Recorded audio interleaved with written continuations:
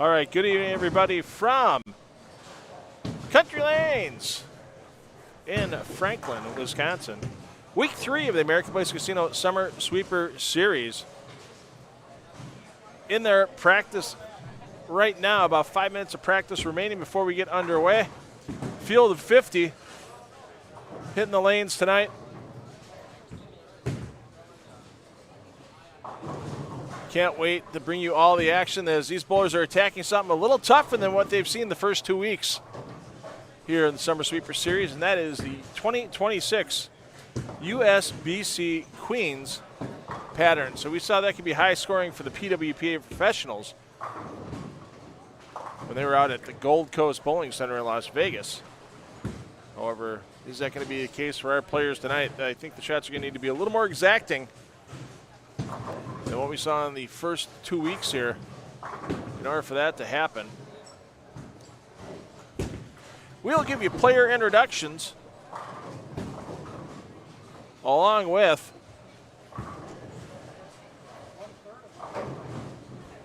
we'll have a special guest in the booth tonight. Amber Gehrke will be talking about her experiences. I know she's bowled a couple of PWBA regionals over the last few years, along with many other events. So about 3.5 minutes of practice left. We'll be underway. Can't wait to get Kevin Meyer back in the booth again tonight. He'll be with us through all the elimination rounds. If this is the first time you're joining us, format this evening, 3 games of qualifying for all players. It is handicapped 80% off of 230 to keep the competition fun and fair during the summer. Nothing wrong with fun, nothing wrong with fair. Put the two together. It's a good time for all. And then we'll cut to our top 18 players. Those 18 players will drop their pinfall from qualifying. They'll bowl a single game with handicap. The top 9 scorers in that round advanced to the aptly named round of 9. Pins drop again. An additional game bowled by those 9 players with handicap. And then we'll have our top 4 after that game. That'll move on to our top 4 finals on lanes 3 and 4, our championship pair here. And once again, not only will the bowlers be able to have their chance to win American Place Casino free play certificates during that top 4 finals, but our champion tonight is going to receive our champion's bucket thanks to our friends at Holtz Motors right up the road on Highway 100 and Forest Home in Hales Corners. Just had my vehicle service today. I love it because I bought my tires for my Equinox last year from Holtz, and I have lifetime rotation included with my tire purchase. So I went in today, had an oil change, a fuel injector clean, and my tires rotated. And when they showed me the price, I was smiling because I couldn't believe I got away with it for just over $100. So great service department, affordable service department. They won't steer you wrong there in the service department at Holtz Motors, and they definitely won't steer you wrong in the sales department as well. I saw a couple of new Corvettes in the lot for those of you having midlife crises. Now's your chance to pick up a good-looking Corvette or any vehicle they have on the lot, new or used, at Holtz Motors. Minute and a half of practice left, then we'll get underway with player introductions here from Country Lanes in Franklin. Thanks, everybody, for joining us again this evening.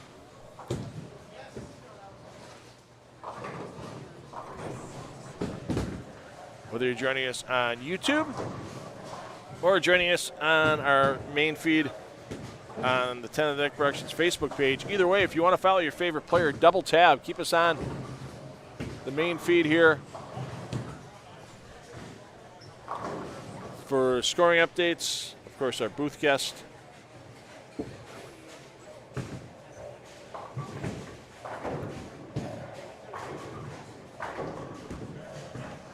With Amber Gehrke. And open up that second tab. You can get those links on the 10 of the Deck Productions YouTube channel. Just click on the live tab when you land if it doesn't pop up right away for you. And then you'll be able to select any pair you like.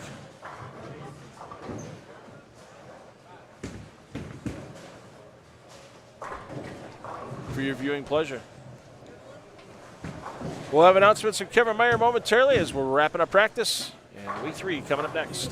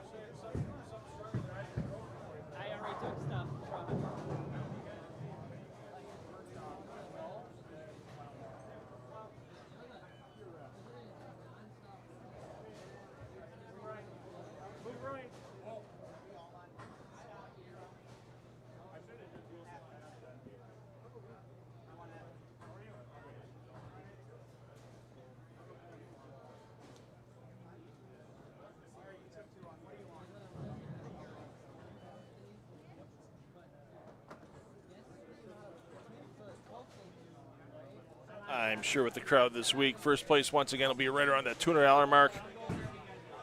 Plus whatever free play is won, plus the Holtz Champions Bucket. That's where they're tonight.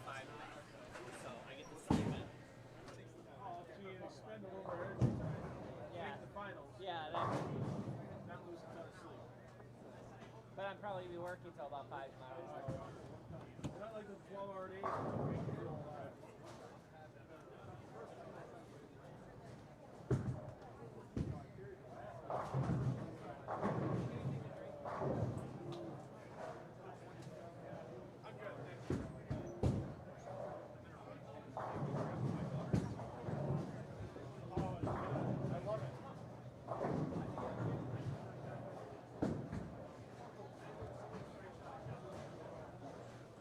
All right, let's give you your player introductions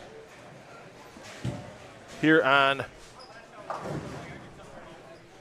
1 through 4. Most of the time, the letters and the names don't match up from my roster sheet that I get from the tournament office. Bowlers sometimes just select what letter they want to bowl. So we'll let you match up your bowler with their letter once you see them. So 1 and 2, lane 1 scoring should have Kellen Balowitz, Jude Anderson, Sam Medina Cauchy, and Billy Feldy. On lane 2, the scoring should have Todd Juilliard, who is your champion from last week, Adam Tates, Lori Exner. Good to see Lori here this evening. Haven't seen her in a bit of time. She's looking good out on the lanes. And Mitch Zaire. Round out your lineup on 1 and 2.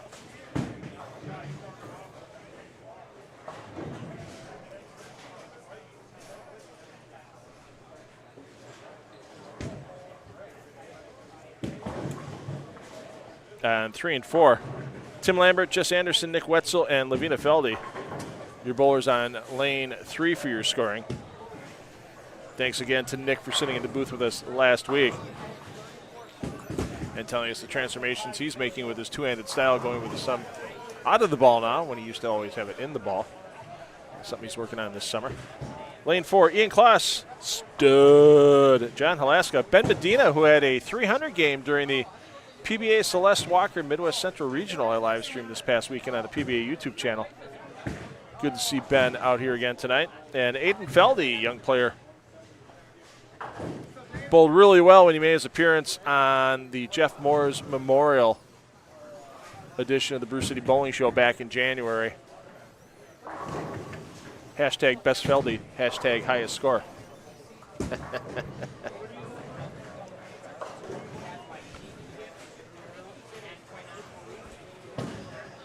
So it looks like, yeah, as we say, the bowlers are always never in their position, and I get them on here in my roster. So Lori, looks like Lori Exner is your bowler D, or pardon me, your 4th bowler on lane 2, so your bowler H, your E, F, G, and H.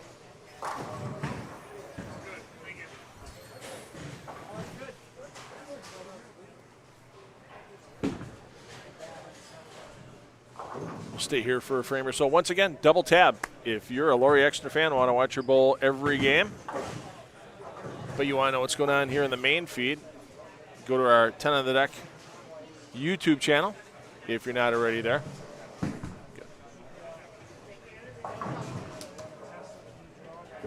And you'll see all of our pair feeds available to you, 1 through 4, 5 through 8, 9 through 12. And then watch that second tab. You open up your favorite pair on, and your audio will continue to come through. Your current browser window.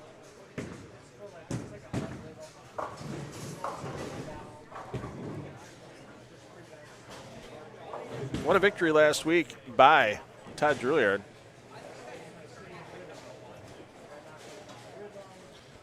Really wasn't challenged much after the 6th frame. Todd just kept throwing strikes. Nobody could catch up to him. And he took home the $200 first place prize. He also won $50 in free play from American Place Casino on a jackpot shot strike. And he actually turned that into some good quality cash on a trip down there over the weekend. Good to hear that when our free play certificate winners turn it into a little bit more than just the certificate. Doesn't always happen, obviously, but you will always get a good gamble for your buck at American Place Casino. And, of course, our Champions Bucket, once again, thanks to our friends at Holtz Motors for the Champions Bucket. Over $100 in great car care products to the interior and exterior of a vehicle. Goes to our winner tonight. And, once again, we really appreciate Holtz Motors not only being part of the Summer Sweeper Series here, but also being a part of our Brew City Bowling Show during the fall and winter, as they provide oil changes to some of our mystery frame winners, along with the chance if a player leaves a bucket or a washout and spares it, they also win a Holtz bucket.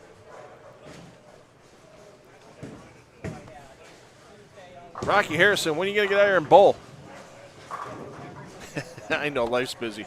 Just got to give you a little grief seeing you in the chat. Thanks for watching again tonight. Appreciate it.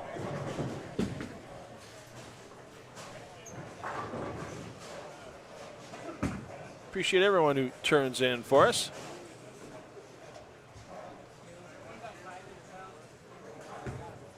And we'll get you over to our next pairings, lanes 5 through 8.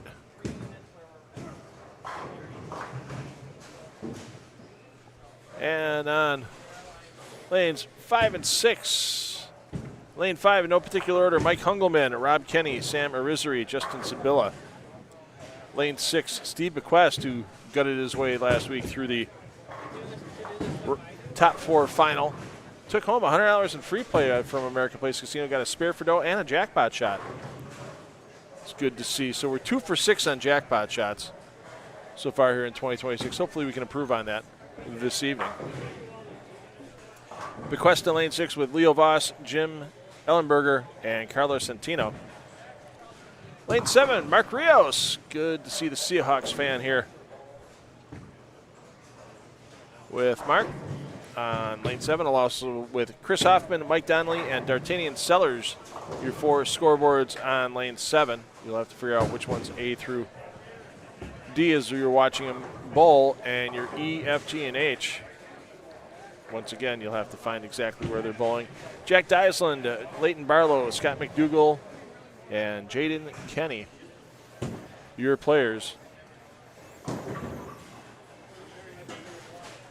On lane 8,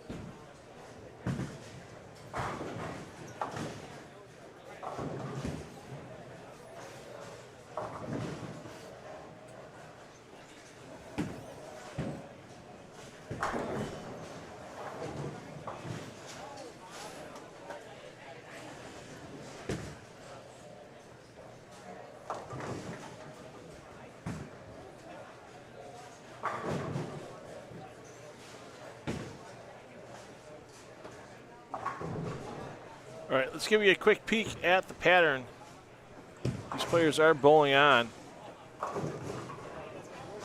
Right from the PWBA website. They have a big event this week, their summer tournament series in Rochester, New York that started today. Here you see the 38 feet in length, just under 2 to 1, 1.85 to 1, 30.85 mils in the pattern. And you can see with 38 feet and where that oil is, there could be a couple options here. Obviously with the ladies, they were, if you watched any of that on Bowl TV or watched the TV finals on CBS Sports Network, a lot of them playing the outside portion of the lane pretty direct, maybe eventually moving in. Otherwise, if a player does have a bit of hand and can wheel it.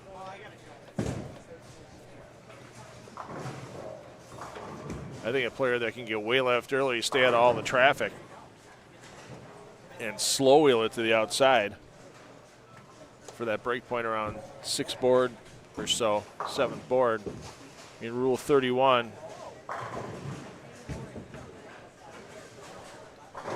would be 7th board, but you know, your higher rev rates and such can bring it back from a little farther out. We might see some players in urethane that are higher speed, higher rev rate, trying to keep it direct up the outside as well. So everybody just needs to find their comfort factor, really, and then make their way from there.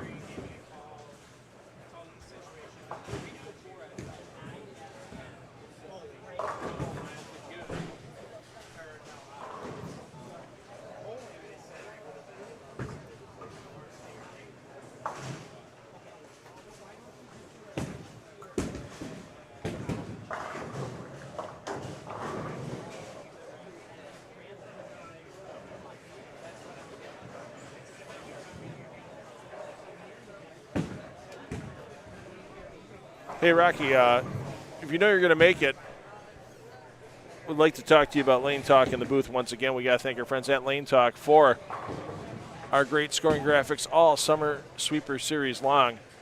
Even if you can't do it till after the 4th of July, I think a great time to get a lot of people that are watching tonight that watch our finals. When we cut those out, edit them, we know it's past some people's bedtimes by the time we start rolling those finals here about 10:30 at night. We always cut them out, put them on the 10 of the Deck Productions Facebook page the next morning. And we can let everybody know about Lane Talk as well. Getting into the fall league season. Great way to keep track of your stats. Even if a center doesn't have Lane Talk, there are several centers around Milwaukee that don't have it because their scoring system may be not compatible with Lane Talk.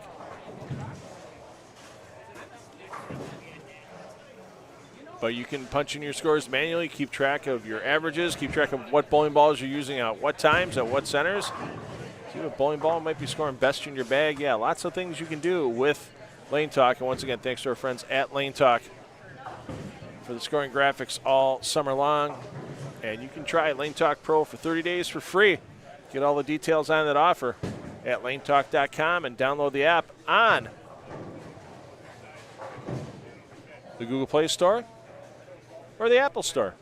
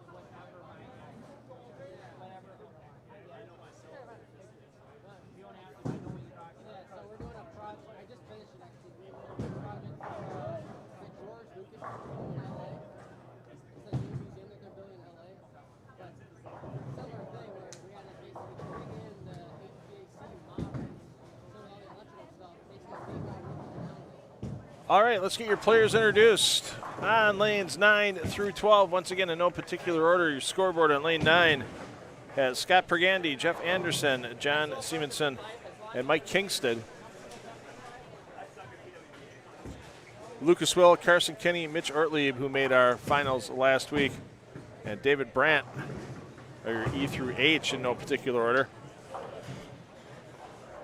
On lane 10. On lane 11, Gordon Croman, Scott Wolterdink, Dan Malicki, and the Hammer, Steve Bulenda, are your A through D on 11. And on 12, nice to see Southern Oaks recently inducted Hall of Famer Sue Dashner back for another week. She made our top 9 last week. Rally champion Emma Johnson and Aaron Drouillard round out your E through H on lane 12.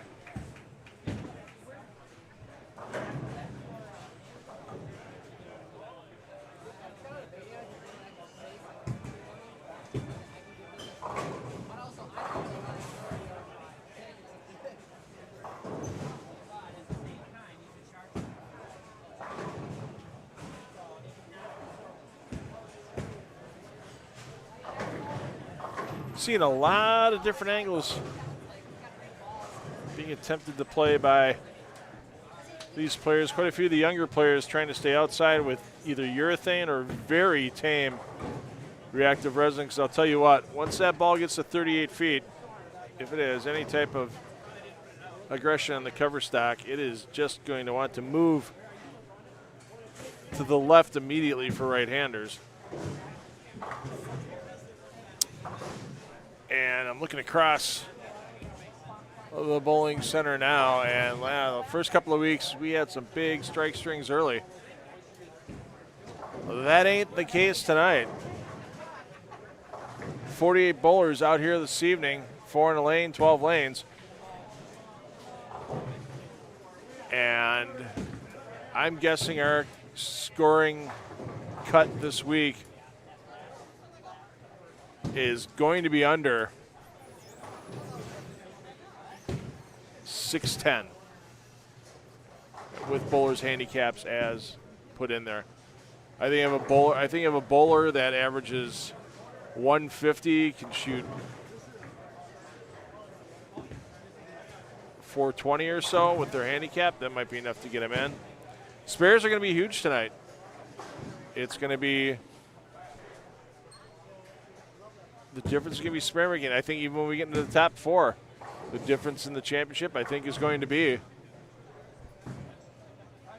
somebody misses a spare late and somebody else gets through and wins the championship for the week. That's just my opinion. I could be wrong. Hey, if you have any questions for Amber Gehrke when we bring her in the booth in a few minutes, feel free to drop them in the chat on our YouTube stream or on our Facebook stream. Drop it in the comments. I'll check them every few minutes when possible, and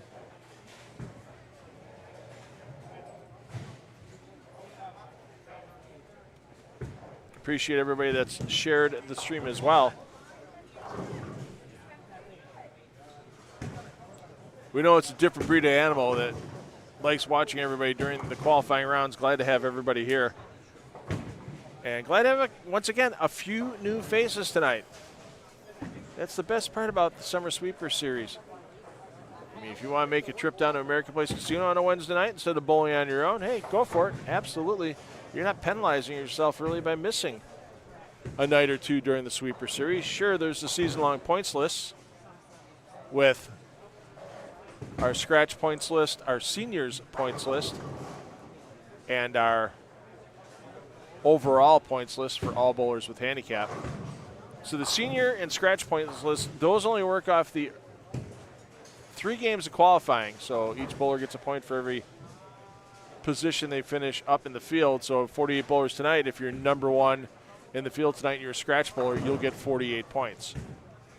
Same thing for seniors. So let's say a bowler like Steve Bequest has a good night and shoots lights out and he's high senior and high scratch, he would get 48 points on each of those points lists. Scratch points list and the senior points list pay out at the end of the season. The overall points list, which includes where you finish in the elimination rounds every week, obviously most points is for a victory. Top 5 players on that overall points list at the end of the season, they're going to advance to a special edition of the Brew City Bowling Show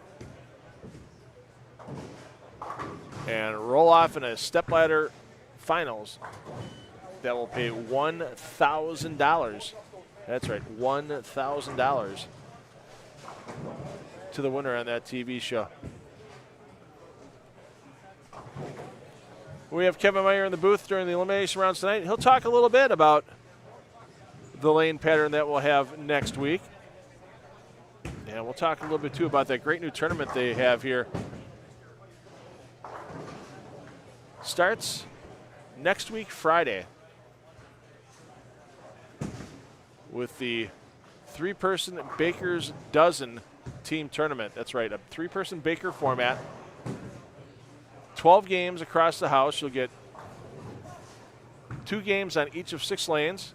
You'll make your movements kind of like you do here with the American Place Casino Summer Sweeper Series, where they skip a pair land on the second. That way nobody gets an end pair twice in a row.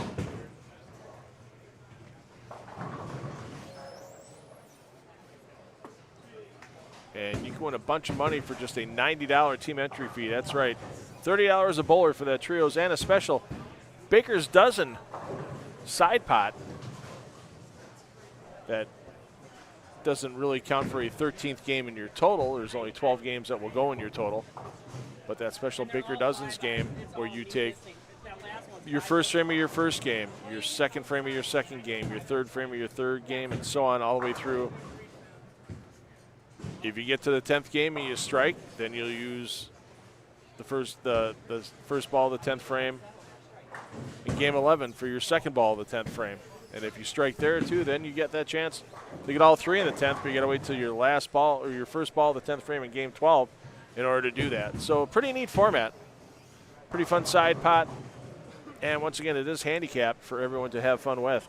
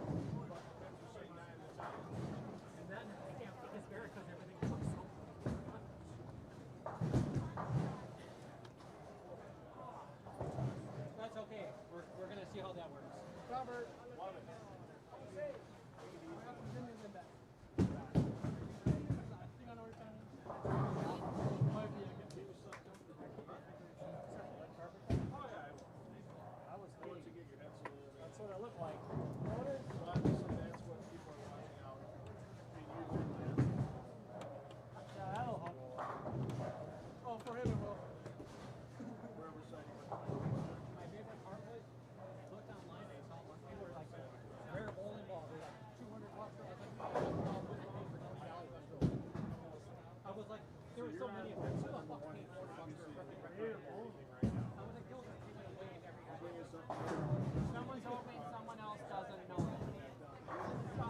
I was like, I got the bag and the ball. All right, and now our first repeat guest in our second season live streaming this American Place Casino Summer Sweeper Series. Glad to have in the booth. I always like watching her bowl on the lanes, but having her in the booth isn't a bad thing either. Amber Gehrke. And Amber, how are you tonight? I'm doing well. Thanks for the invite back. And thanks to Absolutely. Kevin. Yeah, absolutely. You bowled last week. You cashed last week, if I remember correctly. Did you? Yes. Yes. So yeah, you and Sue both cashed.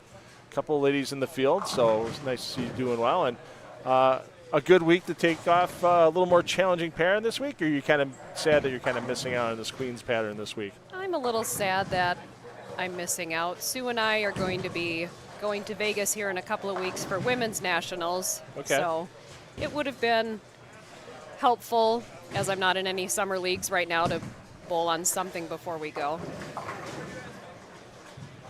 There we see Sue, unfortunately, with a split at the moment. Not a great start for Sue yet to strike in the first 7 frames.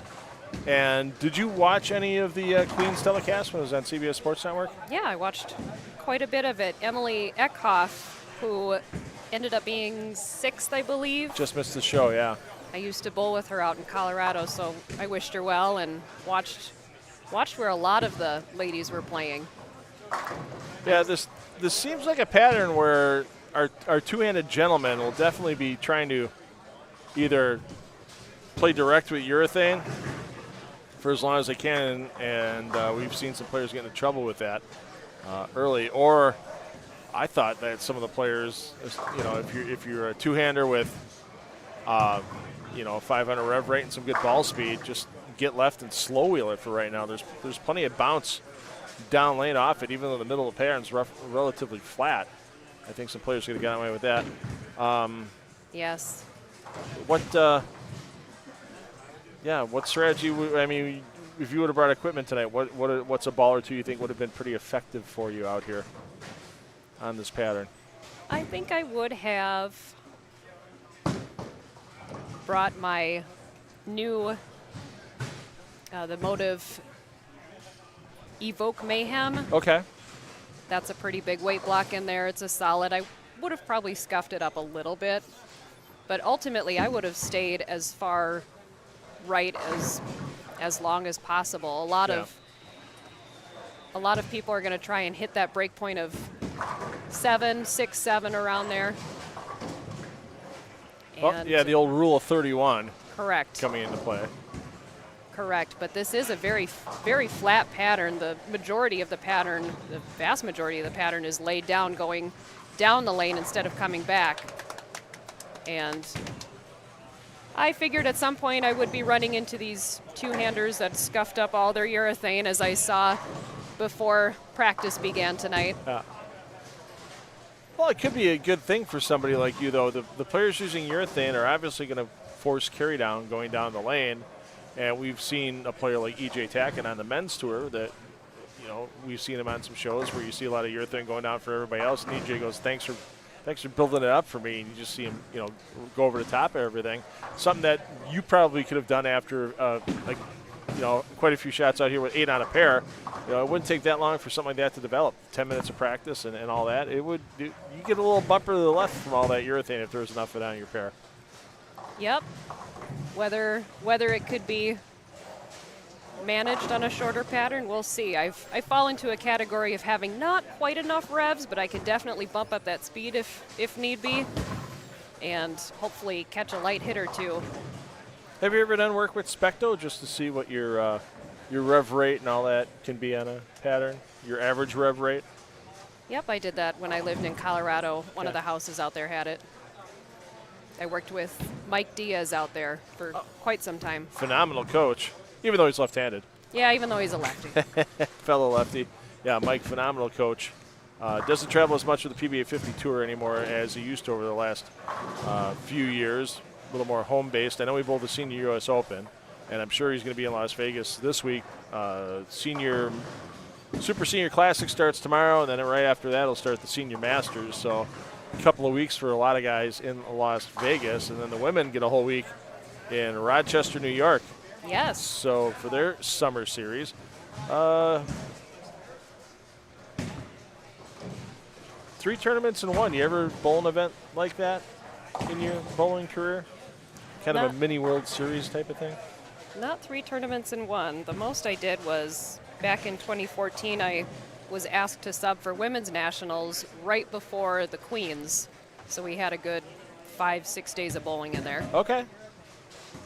So you've bowled bigger events like the Queens in the past. Oh, yeah. Yeah. Have you bowled any PBA regionals over the last couple of years now that they started that program? I know some of them are a little distant, but I know last year there was a regional in Rockford, and the year before there was a regional in Minneapolis. Yes. I wish I could have gotten up to Minneapolis for that one, but I didn't. I did the PWBA regional in Green Bay 2 summers ago. Oh, that's right. That's right. They hosted there as well. They hosted there, and I've done one other PWBA regional. I can't remember when that was, but I did a PBA regional in Illinois back in 2013 or 2014, I think it was. Okay. Almost made the cut. That's how I met Mitch Beasley and Angelimar. Aha. I saw Chad Klaus. He was here last week. I was going to ask him if he had any update on Mitch's surgery. Yeah. That happened right when Mitch went in for surgery right when they started bowling nationals. So good thing for them. Jake Kent was available to take Mitch's spot as they are currently second in the team event, and team all events are still in a top 5 position, but no repeat this year of an Eagle, unfortunately, for Bowlers headquarters team, but there's still some time left. And as you said, you're going out to Las Vegas at the South Point Bowling Plaza for Women's Nationals, so who makes up your team? It's going to be Melissa Lang, Sue Dashner, and then Stephanie Bambenek. She's up in near Anago, I believe. Okay. I've heard the name. I have not seen her bowl. She bowled in college, but I cannot remember where it was. Okay. And didn't the 4 of you just take the lead in the Midwest Women's Tournament? Sue Dashner, myself, we bowled with Carrie Crutina and then Sue Ronde. Okay, so 2 of you. Okay. And then where's that Midwestern? Because last year it was here in the Milwaukee area, and it moves around a different state every year so that you get a little extra side trip. It was in Indiana this year. Next year it will be in Michigan. Oh, it was in Lafayette, wasn't it? Yeah, it was at Dave Small's old center, the first center he bought, and I forgot what it's called now. Or was it at Mike Alby's place? It was at Mike Alby's. It was Alby's place. Okay, I know there's one other place. It might be Starlanes is the other place. Oh, it's interesting. They had it all in one center. Yes, they typically Lafayette. don't. Yeah. How big is Alby's center? It's a 40 laner, isn't it? It's 42. 42. So yeah, I guess there'd be enough for that. Yep, and it's all the same pattern. It's basically a modified house shot. And women's event, it has quite a bit of handicap. It was 100% of 240. Oh, wow. So you really got to be on your toes and shooting well for getting a check back from there. With that type of handicap. It's not really about the money for me. It's about being on top.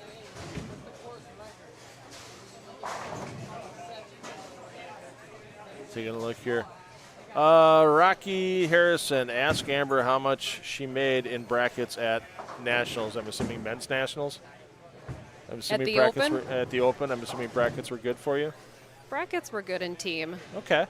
Doubles and singles struggled a little bit, but I put in some more, and I made a couple bucks. Okay.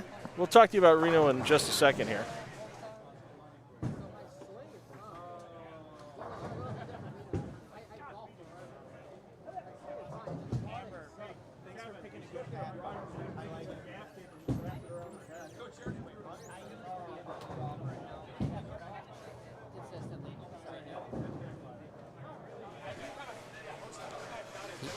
So Reno this year, wow, you get both ends of Nevada this year.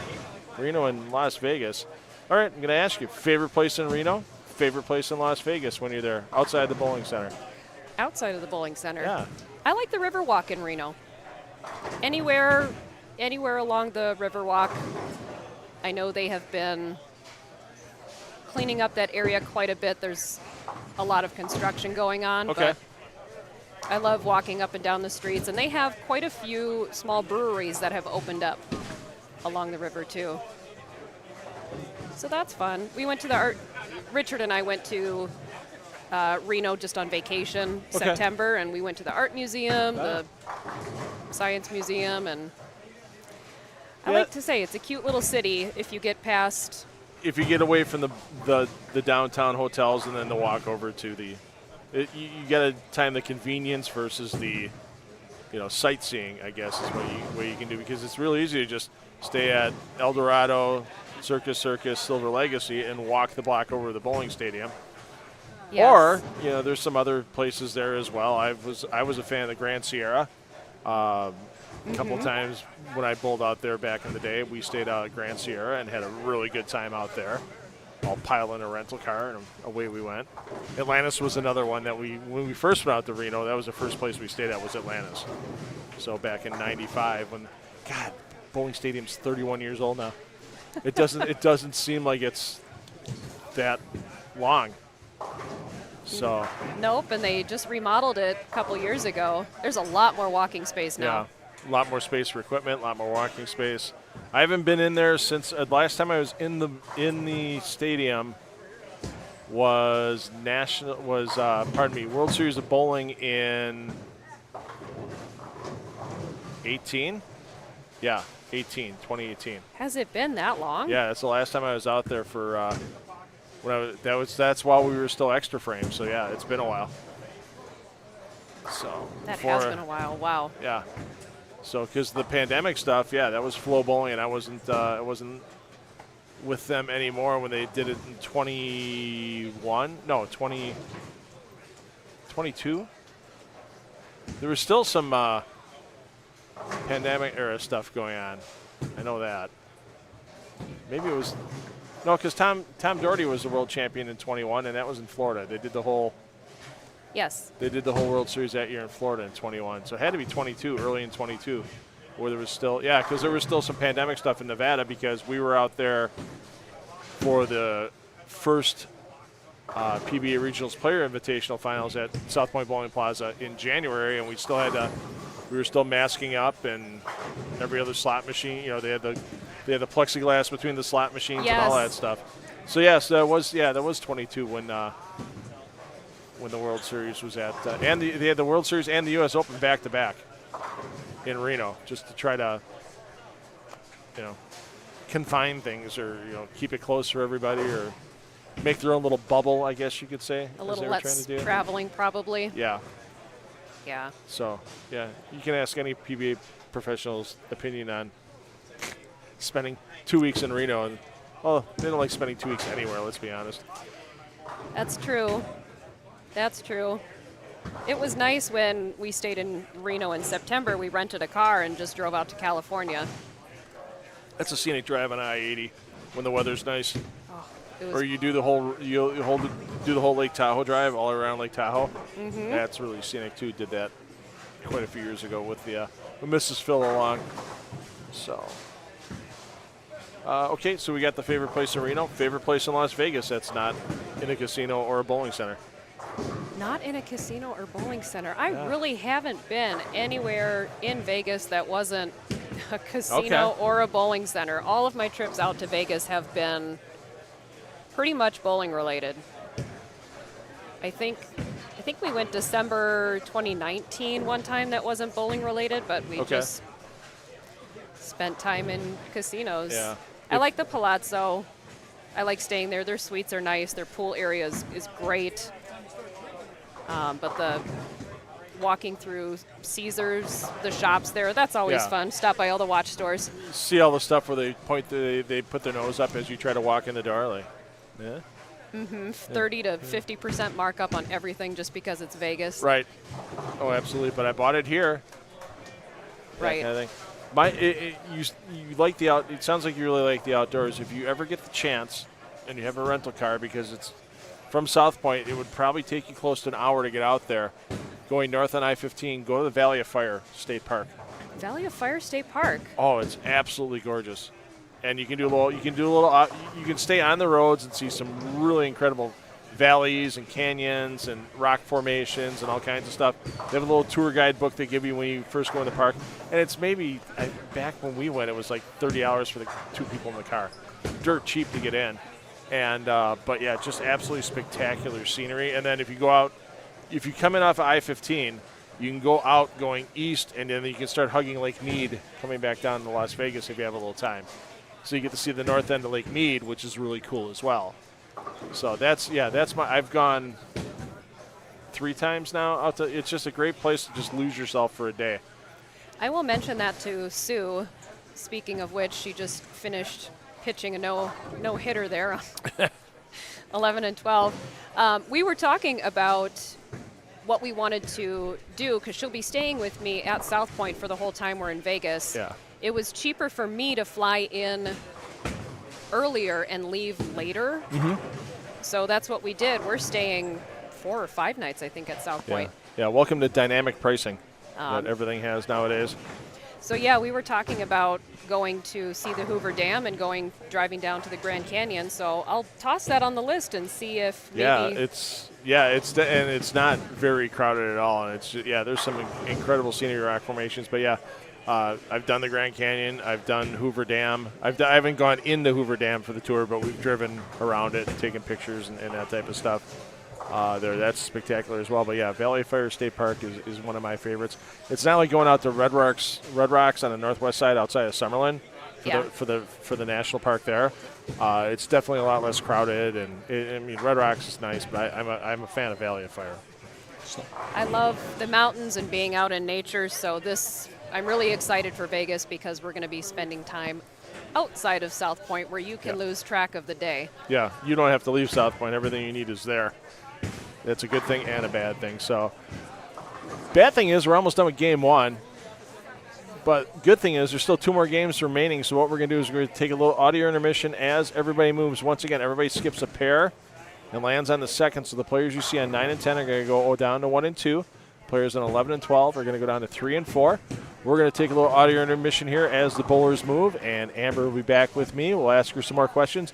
If you have questions of Amber or about her bowling or equipment that she uses or anything of that nature, feel free to drop them either in the chat on the YouTube channel or on the Facebook page. Drop it in the comments, and I'll review those, and we'll ask some questions of Amber when we come back here to Country Lanes in Franklin.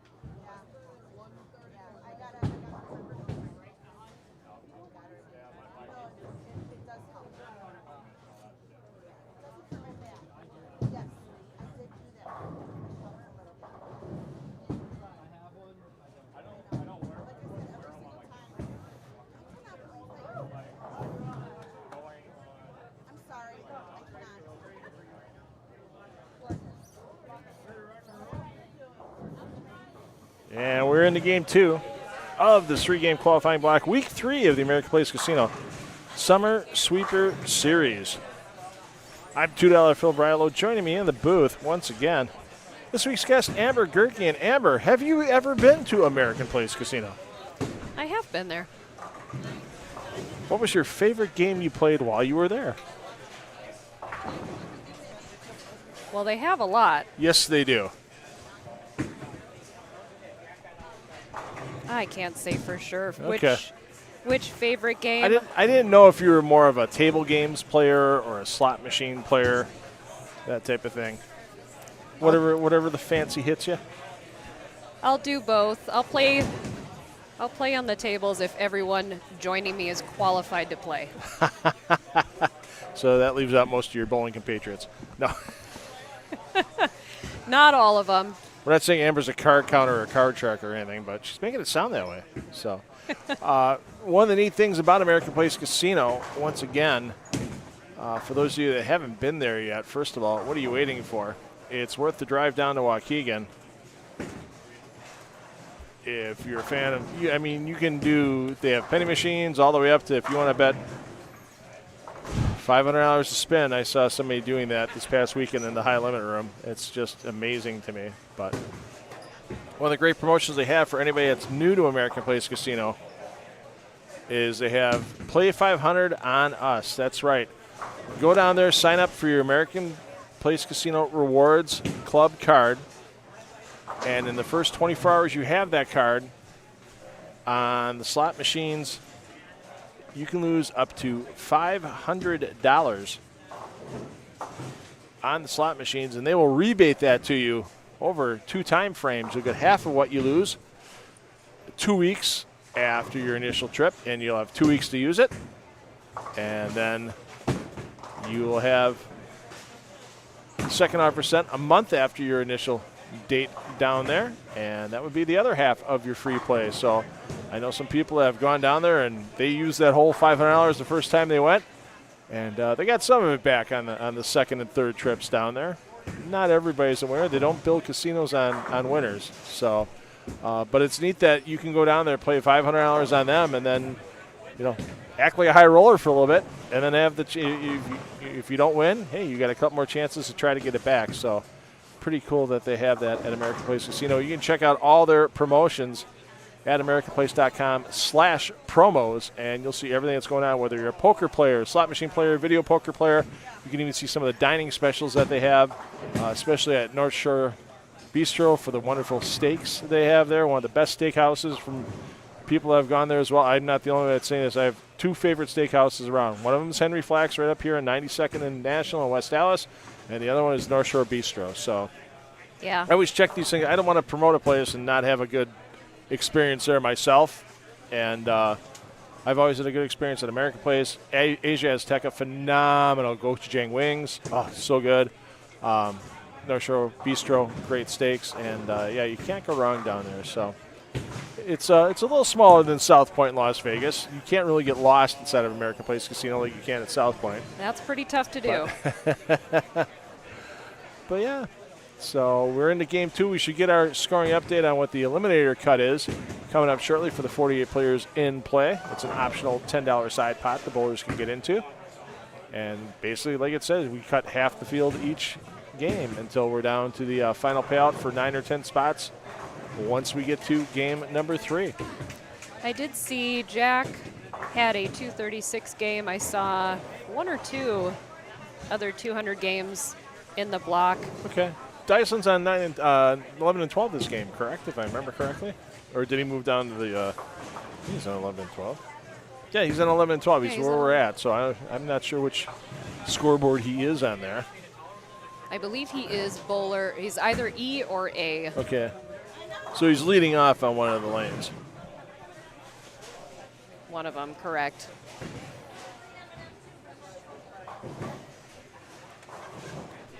Right. If you have a question for Amber, like I said, throw it in the chat, either on YouTube or Facebook's comments, and we'll be more than happy to ask Amber those questions. We can chat about anything you'd like. All right, here we go. How were you when you shot your first 300? Where did you shoot your first 300? What bowling ball did you use when you shot your first 300? It was a Storm Tropical Heat hybrid. It was in a tournament in Minnesota at Texatonka Lanes, which we so lovingly called the China House. I don't remember what pattern it was on, but it was modified from their house shot because it was so easy to score in that house on league night. I think didn't Matt McNeil used to bowl there before he moved to Florida for his position with Storm? Yep, he bowled on the Monday night league that I used to bowl there, the Masters League, 24 lanes of the best bowlers in Minnesota. Yeah. And now they have trouble filling it. It was Wow. down to 8 teams, I think, this last season. Yikes. But it was my first 300 game, and it was the first game of the tournament. And at the time, Brent Prentice at Cedarvale sponsored a $300 prize to the first female during that season. Ooh. To shoot 300. So I did shoot one game 1. There was another girl who shot a 300 in game 3, I believe, of that qualifying block. Okay. I was the one who got to claim the prize. That was kind of nice. But I remember one of the guys I used to bowl Tuesday nights with at Midway in St. Paul, the basement house. He came up to me in the 10th frame and said, This must be your 10th or something 300 now. Made a comment like that, and I looked at him. I said, Mix, no, I haven't shot 300 yet. Thank you, though. That's so sweet of you. So how old were you when you shot it? Oh, I was 23. Okay. 22 or 23. Oh, you flipped those two numbers around, and that's when I shot my first when I was 32. Took a while. I had 17 times I had the front 10, didn't get the 11th one, and then the first time I got the 11th one was at Men's State in Madison at Dream Lanes, 6-pin for a $2.99, and then a week later at Classic Lanes Greenfield on what used to be the best lefties pair in the house when it was wood. Yep. 3 and 4. Oh, no. Shot 300. Jack, ouch, just in the gutter. So Did he hurt him? So he's walking a little gingerly on the way back. I know he said he was fighting some lower body injuries over the last couple of weeks. Hopefully he didn't hurt himself at all. Oh, I hope not, but it looked like he was not happy after that shot. I lied. He is bowler F on lane 12. Okay. Well, it's not a lie. It was just incorrect information that you had no knowledge of before that. Let's be honest. And Kevin said Survivor for that game was 177. Yeah, that's the lowest by far. It's probably 40 pins lower than it's been the first 2 weeks for game 1. Jack thinks it's going to be 580 for the cut. I told him, I said, I wouldn't be surprised if it were a small 6. I guess 610, just on the basis of for some of our lower average players that are in the field, they're going to be focusing more on making spares anyway. If they get a normal amount of spares that they normally do, they're going to have a little higher score. Obviously, it's based off of 230, so if they have their average with their handicap, it would be about 650 or so. So even a lower average player would still be a little, could be a little under average and still get the 6 whatever. We need to develop a new bowling ball material for Rob Kenny that hooks less than polyester. Can we find him he's got it right now. I don't know if everybody saw that ball that went down the lane. That is an old Red Carpet Lanes promo ball from probably at least 40 years ago, if not longer. Rob has a lot of equipment that are older than most of the people around him. Rob is older than most of the people around him. And I love you, Rob, but honest. I'm not sure there's anything we could develop for you that's going to help. Yeah, what could you make it out of? Whatever they make. Make it out of glass, basically. Pretty much. Yeah, there'd have to be something, and try to even out all the weights so it's basically dead zero when they drill it up. Who's your ball driller around here? Let's give him a little shout out. It's Craig Mueller. Up at Next Level, who's taking a scenic tour around. Is he back from Spain and all that yet? I saw he and Harley Alman and his lovely wife Karen and a couple other people were taking a grand tour of Europe. Perfect time of the year to do it. Pro shop business a little slow. I don't think they're back yet. Yeah, I don't blame him. He doesn't get a chance to get away from the shop that often, and we all ain't getting any younger. Chris Hoffman, prime proof of that right there. I remember when Squeaky could actually squeak his voice. And that's not going to happen. All right. Favorite bowling center not in the Milwaukee area that you bowled in your, whether it was a league center you went and bowled a tournament in. Favorite bowling center you ever bowled in not in the Milwaukee area? That's a tough one. I bowled. You know what? I do have an answer for this. It is the Bowler in Fargo. It's called the Bowler. It is called the Bowler in Fargo, North Dakota. And when I lived in Minnesota, we would always get a couple teams together and drive up to bowl the Bowler at the Bowler. It's only, about 4-hour drive from Minneapolis to Fargo? It's about 4 hours. It's about 4. But they have that tournament from February to the beginning of May, so you are driving in the worst months to be going up north. Yeah. But the center is fantastic. It's tri-level, so when you walk in from the street, you go up or down. They've got the bar and gambling area upstairs, and they have the set tee area if you go down, and then a little bit of an entry when you first walk in on the street there. Yeah. And it's fantastic. As you walk in, you face the lanes. You can't see them, though, until you go upstairs or downstairs, but it's all glass. So you can view from the settee, counter desk area below, and you can go upstairs and watch everyone down bowl below you. Yes.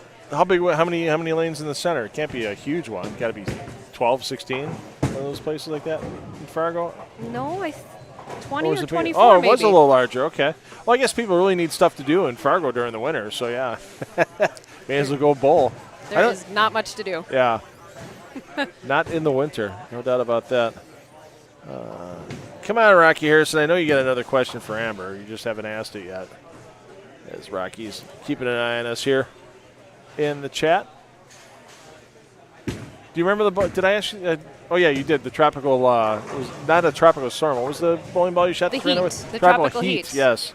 And then I had my next 3 or 4 300 games with that ball. With that same ball. Okay. And all in that center. So when I finally got my first one outside of that center, I was so happy. Okay. What tournament did you get your biggest prize check from? You don't have to say how much it was or anything like that. I could care less about that, but I'd just be interested to know if you remember what tournament your biggest prize check came in. And was it singles, doubles, trios, quads, 5-person team?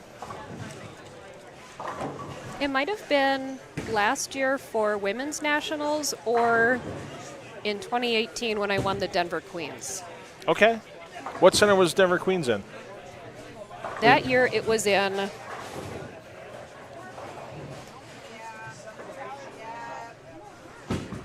I want to say it was Golden, Colorado, where they had it. Okay. And the name of the center escapes me right now, but I believe it was an Old Brunswick center. Okay. I remember there used to be for years, there was a PBA tour stop in Denver. And it was a Celebrity Sports Center. I'm sure it's not around anymore. But it was the first center on tour that they went to that had synthetic lanes installed. Really? Yeah. So I remember that. First televised tour stop that had synthetic lanes. Because I remember Tommy Milton taking a Columbia Red Dot and hooking the bejesus out of it on the lane, slow wheeling it when he won a title there. It was insane. I think the center is still there. I don't believe it's called Celebrity anymore. Okay. Let's see. Oh, here we go. This is always a fun question. You're not on staff with anyone, correct? No. Okay, so I can ask you this question and you're not going to dodge it. Worst bowling ball you ever threw in your life? Worst bowling ball that didn't react for you, didn't do anything? I have a picture of it somewhere. It was a track ball. Okay. It was in 2009, I believe, back when they had the whole number series that Yep. they were going through. Yeah. And it was all colors of the rainbow. Okay. I've had plenty of good track balls since then, but my God, flaming Yeah. hot garbage. My- It didn't matter Yeah. who rolled it either. Everybody said they didn't like it. Yeah. Mine was a Columbia Vector 2. Right after Columbia started doing urethanes, they had the wine UDOT, the black UDOT, then they had the Vector series. The Vector 1 was phenomenal. Whatever weight block or whatever they did with the Vector 2 was a complete disaster. And I wasn't and this is obviously, like you said, advent of urethane very early, 84, 85 for Columbia before they started doing urethanes. And oh God, that Vector 2, I think I used it 4 times and I just left it on a rack in a bowling center after a Sunday morning. Was it? No, I was out of juniors by then. I left it somewhere in a travel league and just left it on the rack. Like, this thing's just a turd. Can't do it. It happens. Yeah, can't do it. Have you ever tossed a bowling ball down the street you were so frustrated? I tossed a bowling ball into the Gulf of Mexico. I was so frustrated. So, Well, I want to hear that. well, back in the day at the ABC National Tournament, now known as the USBC Open Championships, and they may still do this on occasion, especially with urethane balls now. You went through the line and they had a durometer, and they'd punch your bowling ball with the durometer, and you had to meet the 72 standard. Well, we had driven down to Mobile, Alabama in '94. I drove a bunch of guys' equipment. Married to my first wife at the time. She went along because we were doing after we were in Mobile, we were going to go up through Georgia, South Carolina, North Carolina, because we went to go see the Winston All-Star race at Charlotte Motor Speedway. Okay. So we went, we took a couple of days to get up there, saw the race, and then started heading back home. And went through the durometer line with a ebonite straight shot, a polyester bowling ball. And it had been in the trunk. I didn't think about it or anything like that. And I go to punch it, and it was 66 on the durometer. And they go to punch it again in a couple more spots, and the highest register they got was like 68, 69. Meanwhile, everybody's got this is the dawn of reactive resin. I've got a Lane 1 buzzsaw. The original purple buzzsaw. Oh, yes. In my bag, and a couple other balls. And I'm like, oh, okay, well, this was going to be my spare ball, I guess. And I went to the top of the parking structure. It's on Mobile Bay, Gulf of Mexico. 5 or 6 stories up, and I launched the bowling ball, two-handed soccer throw-in style. Made a hell of a splash when it hit the Gulf. Oh, I bet. But yeah, I just chucked that ball.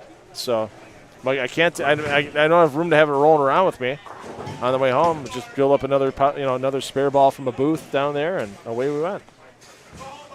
So you've rolled a bowling ball just down the street, then, is what you're saying? I've seen. Oh, go ahead. Not out of frustration, Okay. just for fun. I've seen bowling balls end up in the creek, in Honey Creek, next to Classic Greenfield, across the driveway. There's Honey Creek that runs right before. There's the driveway that goes back to Built Right Furniture, and then I've seen bowling balls end up in that creek. There's probably still 2 or 3 in there after all these years, Oh, covered for by certain. weeds or whatever. I've seen some parking lot tosses. I've seen some parking lot bounces where they get 7, 8, 9 feet in the air on the first bounce and continue to bounce as they make their way out of a parking lot. So Oh, yeah. yeah. So, but mine did a splashdown. It was a beautiful thing. If you're gonna lose it right. That's have some fun with it once it's done. Absolutely. You think with the porosity of bowling ball shells, they could take a bunch of bowling balls, throw them in the ocean, like coral grow on them. They sink ships. Why not use bowling balls instead? Hey, it looks like we actually got a couple of strike strings here. We may have to get back up to 9 and 10. We got a couple players. We got a 4-bagger and a 5-bagger up there, 9 and 10. So I see that. once again, all the pair feeds available to you Yeah, on once the the YouTube channel. once the first game gets done, everyone gets used to what the pattern's looking like. Everyone pushes it down. They start building that nice little track. Yeah. Let's see. Rocky says, must have been the track 715T. That's from what your it was. description. That's what it was. Rocky is a bowling encyclopedia when it comes to equipment and stuff like that. So I'm the person nerd and the lanes nerd and how things have changed since Louis Stein introduced the Stein scoring system for bowling in 1895 when the American Bowling Congress was created. Because before that, the maximum score was 200, not 300, because you only got one bonus count on a strike. If you got a spare, you still only got 10 for the frame. Yes. So. Yes. I remember that ball specifically because back when I worked in the pro shop at Midway in St. Paul, long time ago, someone brought the ball in and said they were tired of it, but I was pretty good at plugging equipment, and I thought, you know what, I want to tackle this and see if I can get all these colors. So we put in the plug, scraped it all off on the press the next day, and I thought, well, let's get this drilled up and see how it looks. And I tried it that following Tuesday in league.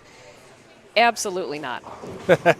And I've got an old picture somewhere of that ball that I plugged. I've got a few pictures. I used to be pretty good at matching color in the shop. So it's Leo Voss with the 5-bagger, bowler E. And it's Jim Ellenberger following up. Okay. It's your bowler F on lane 10. So Ellenberger having a good game this game. After having 14 in the second, that's not an easy total to have after going 6-2, gutter 6. He's got things straightened out. And, of course, now as soon as we start talking about him, he knows we're talking about him. And now disaster will befall him because everybody blames the commentators. Well, not disaster, but week 10. Manageable, at least. Yeah.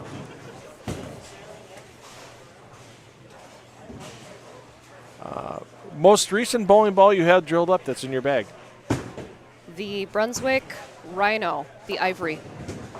Oh, forgot about that one that came out recently. Well, not that recent. It's a couple of months old. That's a couple months old. Yeah, but I was up at the when you're up at the PBA. I was up at the PBA. Not to name drop here, but I'm going to. I was up at the PBA World Series of Bowling, covering the PBA 50 guys in Minneapolis area at AMF Southtown. In Bloomington? Yeah, it's in Bloomington. Yeah. Yep. And so you get to see all the new stuff that's out there that's not even released to the public yet because once it's approved by USBC, then the PBA sets an immediate, hey, you can use it on tour, even though bowling ball companies, because then they have to make all the balls to catch up. Right. Because they're only sending the test balls into USBC until they get the approval. Then that's when they really get in the manufacturing process. But that's why you see a lot of stuff on TV a month beforehand, because once it's approved, get in the pros' hands right away, start getting some talk about it, and then go from there. And it's always neat to see some of the new stuff that's out there and some of the different colors and that kind of thing. But absolutely. That ivory was a Wednesday night ball raffle win. Oh, at Classic Menominee Falls. Yes. In that league. That's right. They are sponsored by Brunswick there. Well, Craig's been a Brunswick staff member for decades, so. Couple minutes, yeah. Yeah.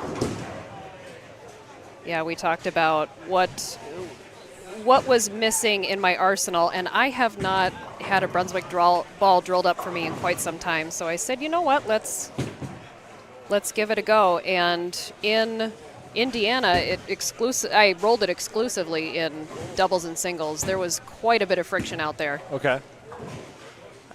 We were on the high end of the house, low end, 1 and 2, and I guess that side of the center is a sauna.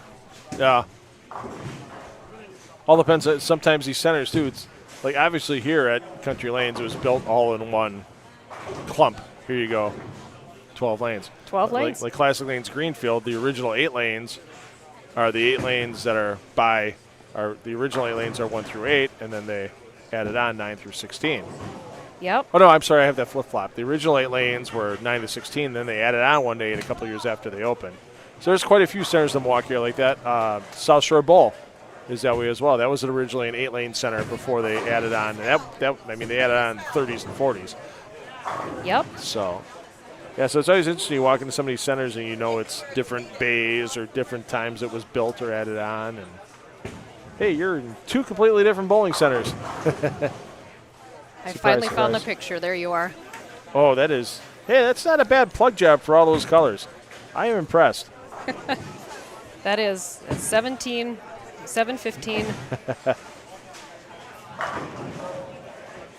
My goodness. The ball looked pretty going down the lane, but that was about all it had going for it. If you could bowl a PWBA member, non-member doubles event, who would you want to be your doubles partner that's on tour? That's on tour? Yeah. On the ladies' tour. On the ladies' tour.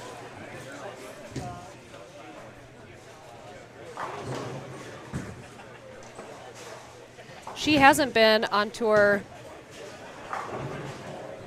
2 years now. Okay. I would say Shannon O'Keefe. Yeah, that was just such a unbelievable situation. I mean, it's happened to a lot of bowlers where all of a sudden, the most famous one of those getting the yips was Barry Asher back in the 70s. And it cost him it cost him a majority of time on his pro career. I mean, he was such a great bowler in the late 60s, early 70s. By the time 78, 79 rolled around, he was pretty much done because he could not get his first step going. Just could not do it.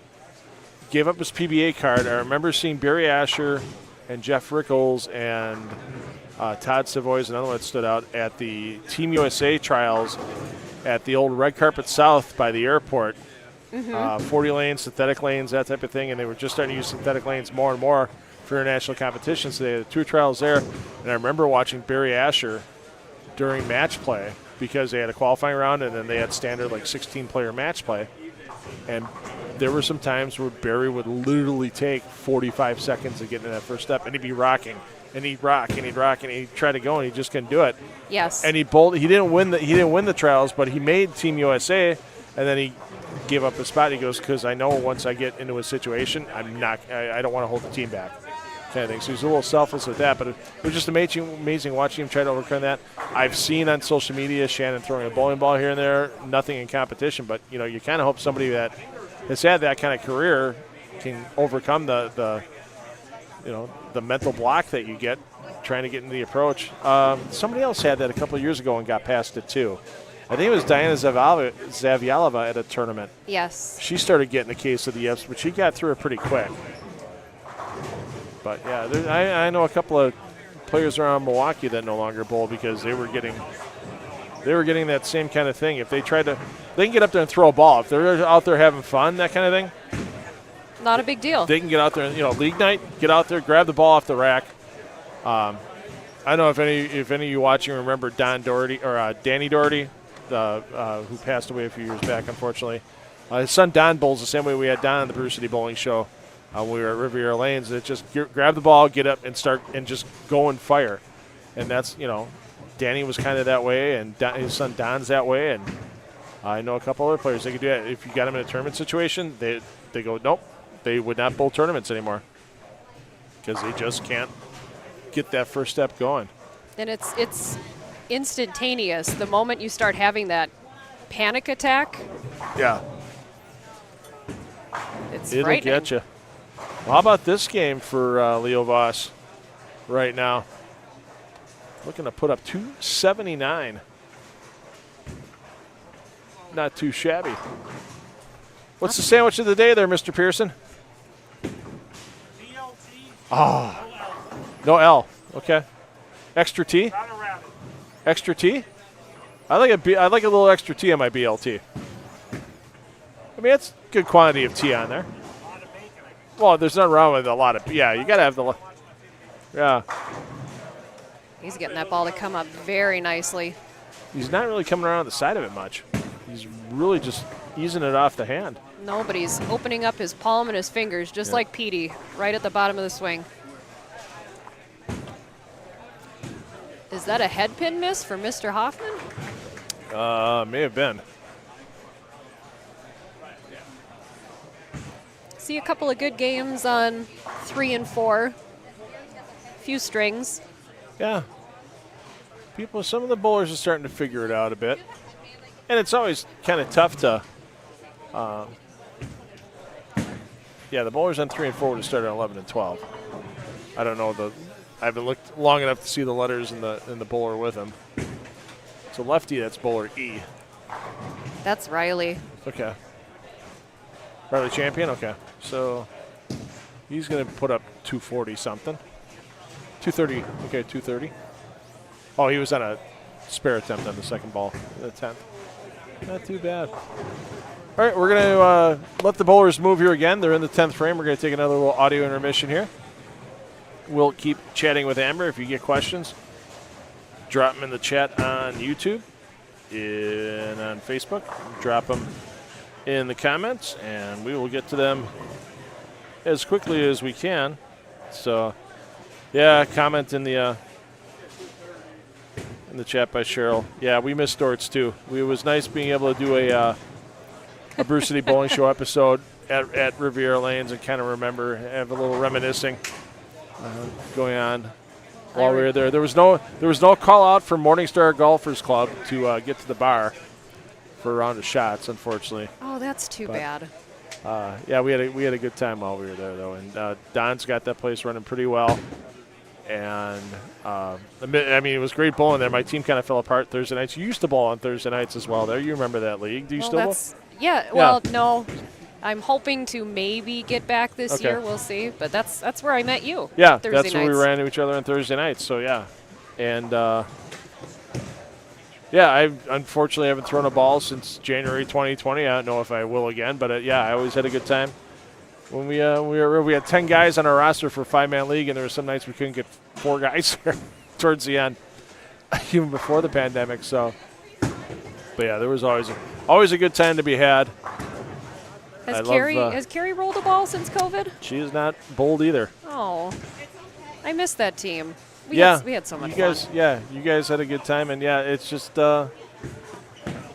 it's not for lack of wanting to get back in bowling. It's just a matter of finding the time sometimes. She's really busy with her work and her job, and I'm always running around, obviously, with live streaming and all the other stuff, the TV shows and stuff. So it's just, I don't want to be a 170 once a week league hack, throw when I can.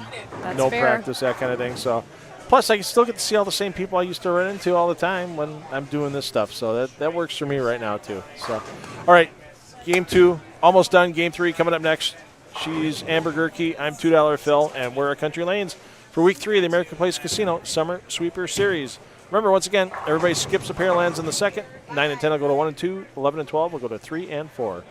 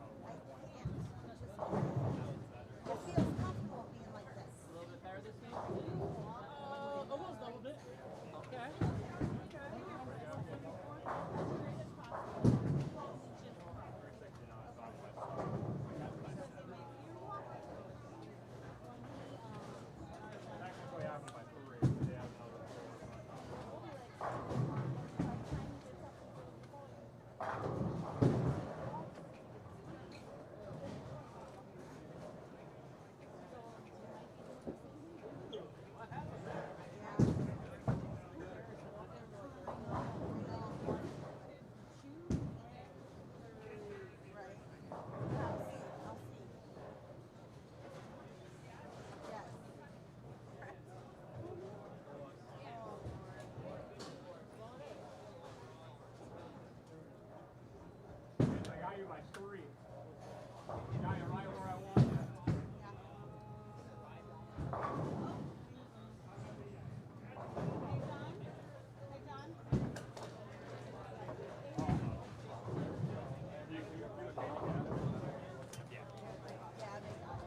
I have you by 7.5.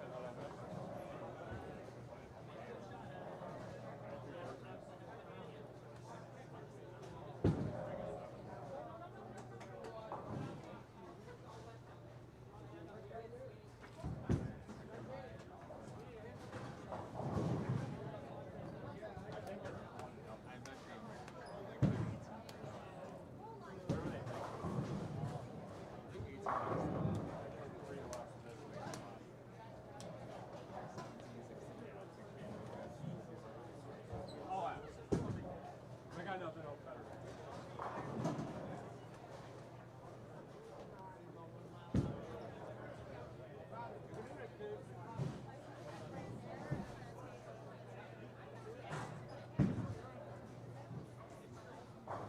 Hey, I thought it was all downhill from there. Still is.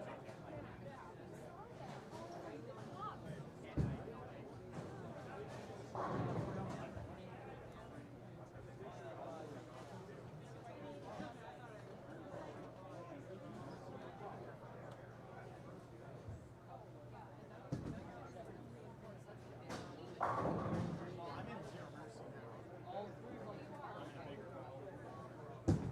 And especially on this, it's going to chop.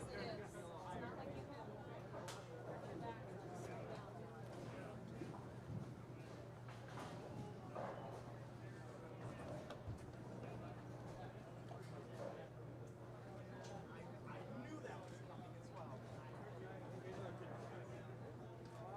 need to learn the hard way. And not, maybe not through high school. You made another kid.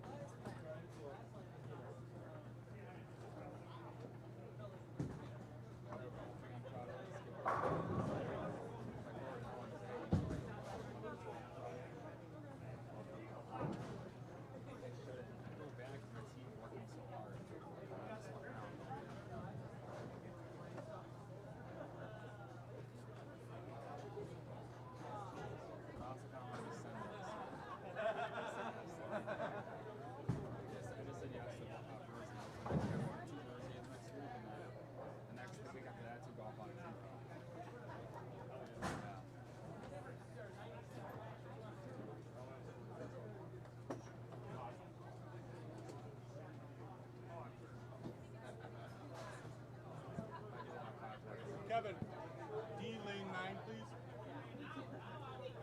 You're telling me you need the D? Yes. All right. Wow. Sounds good. You like that, right?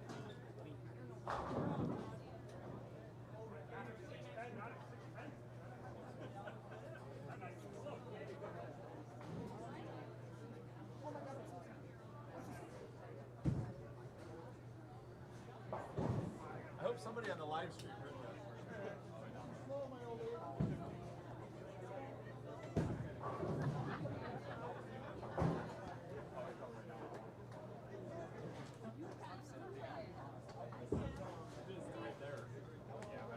Hey, look at you go.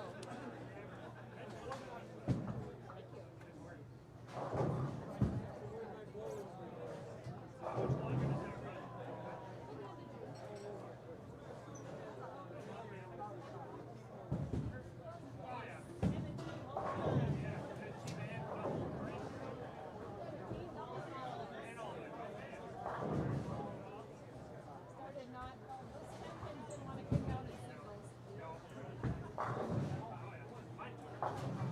For a 100-degree heat wave the next 3 weeks. We have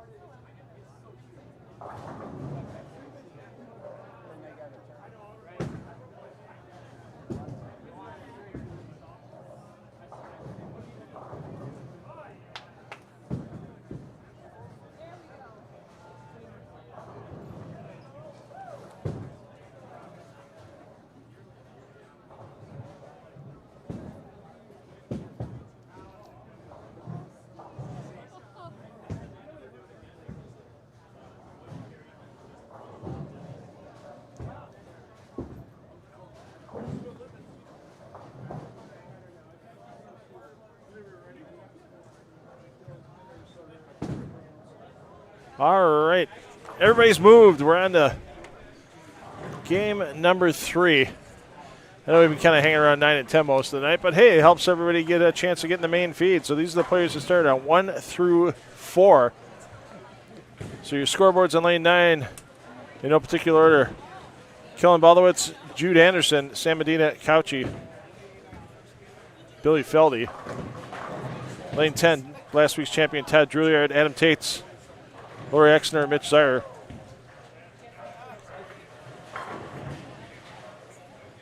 Lane 11, Tim Lambert, Jess Anderson, Nick Wetzel, Lavina Feldy. Lane 12, Ian Kloss, John Halaska, Ben Medina, Aiden Feldy. And joining me in the booth once again is friend of the show, Amber Gehrke. And Amber, we kind of knew the scoring pace was going to be a bit low on this 2026 Queens pattern. And for those of you that missed how that pattern looked before, let's bring that back into the picture here. So there you see the shape of the pattern, the basics. 38 feet in length, and let's get you into the big numbers there. 38 feet, less than a 2-to-1 ratio. The drop brush on the way back starts at 36 feet, so it tries to build a little hold in the pattern. But you got that couple feet at the end that can be a little bit tricky. Volume kind of high at about 31 milliliters, most of it in the forward pass. About 75% in the forward, 25% in the reverse, so it really doesn't build a ton of hold in the pattern, even though there's a little bit of, not really a wall there, but a little bit of a cliff. 2-to-1's not much of a cliff anywhere. Nope. Yeah, and there's your basics. We knew it was going to be tough for the average Joes and Janes out here this evening, and it's kind of proven that way, where you better have a good spare game when you're on the lanes. Yep, and you need to know how to make a couple trick shots too. A lot of washouts today that I've seen. I was just talking with Sue during the break about the 2 lines that at this point you're forced to play. You need to stay right on the corner and be as consistent with your speed as you possibly can, or you've got those that are two-handed or have a lot of higher revs. They just touch board 7 at this point, at the break point, right off the pattern, and they walk it in. Yep. I'll tell you what, it doesn't seem to have too much of a differential between the left side and the right side of the lane. The few lefties we do have in the field,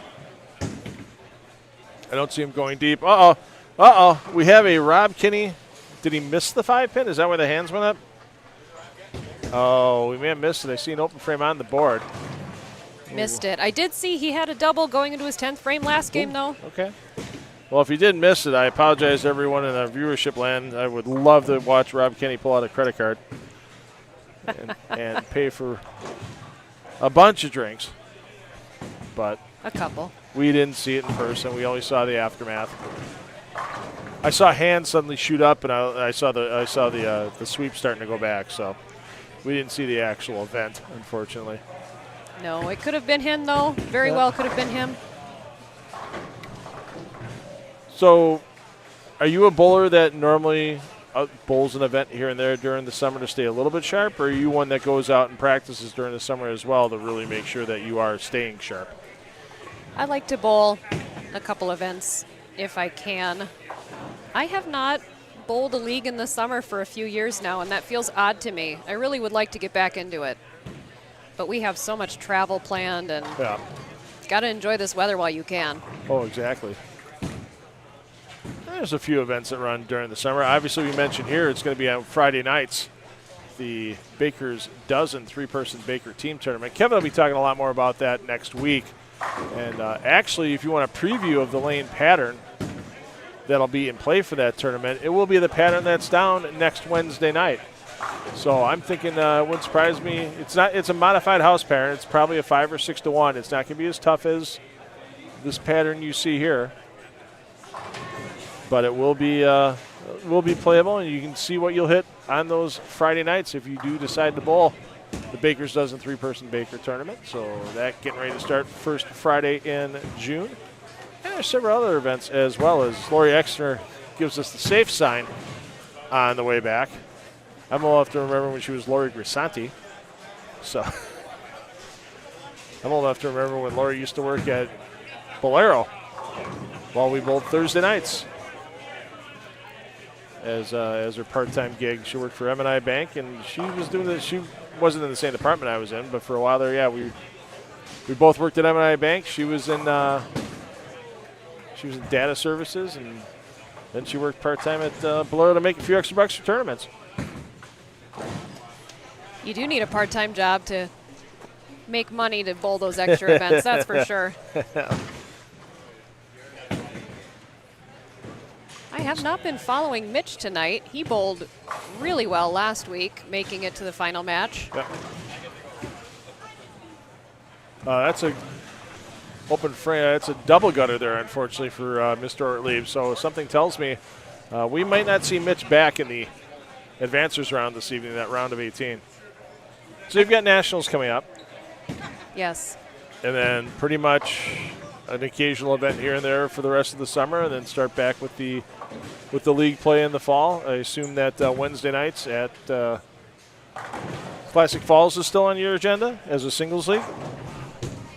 We've got that one, and then Monday nights here at Oh, the Country for the trios, that's Scratch right. Trios. That's right, and I know that's a full house already with a couple teams on the waiting list.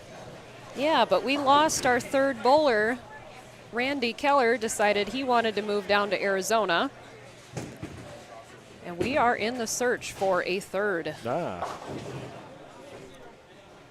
tell you no right now. I don't want to tell you no, but How would you like to come back to a Scratch League after your 6-year break? it wouldn't be that hard to do, to be honest. Not with a house pattern and stuff. It wouldn't be that hard to do. Back when I was really traveling a lot with Extra Frame and Flow Bowling and that, I was still bowling the Flat Earth League, which had relocated out to Alpine Lanes in Muskego on Monday nights. And so my wife and I were splitting those. Hold that thought. Game number 2 with handicap 187. Wow. Only a 10-pin jump.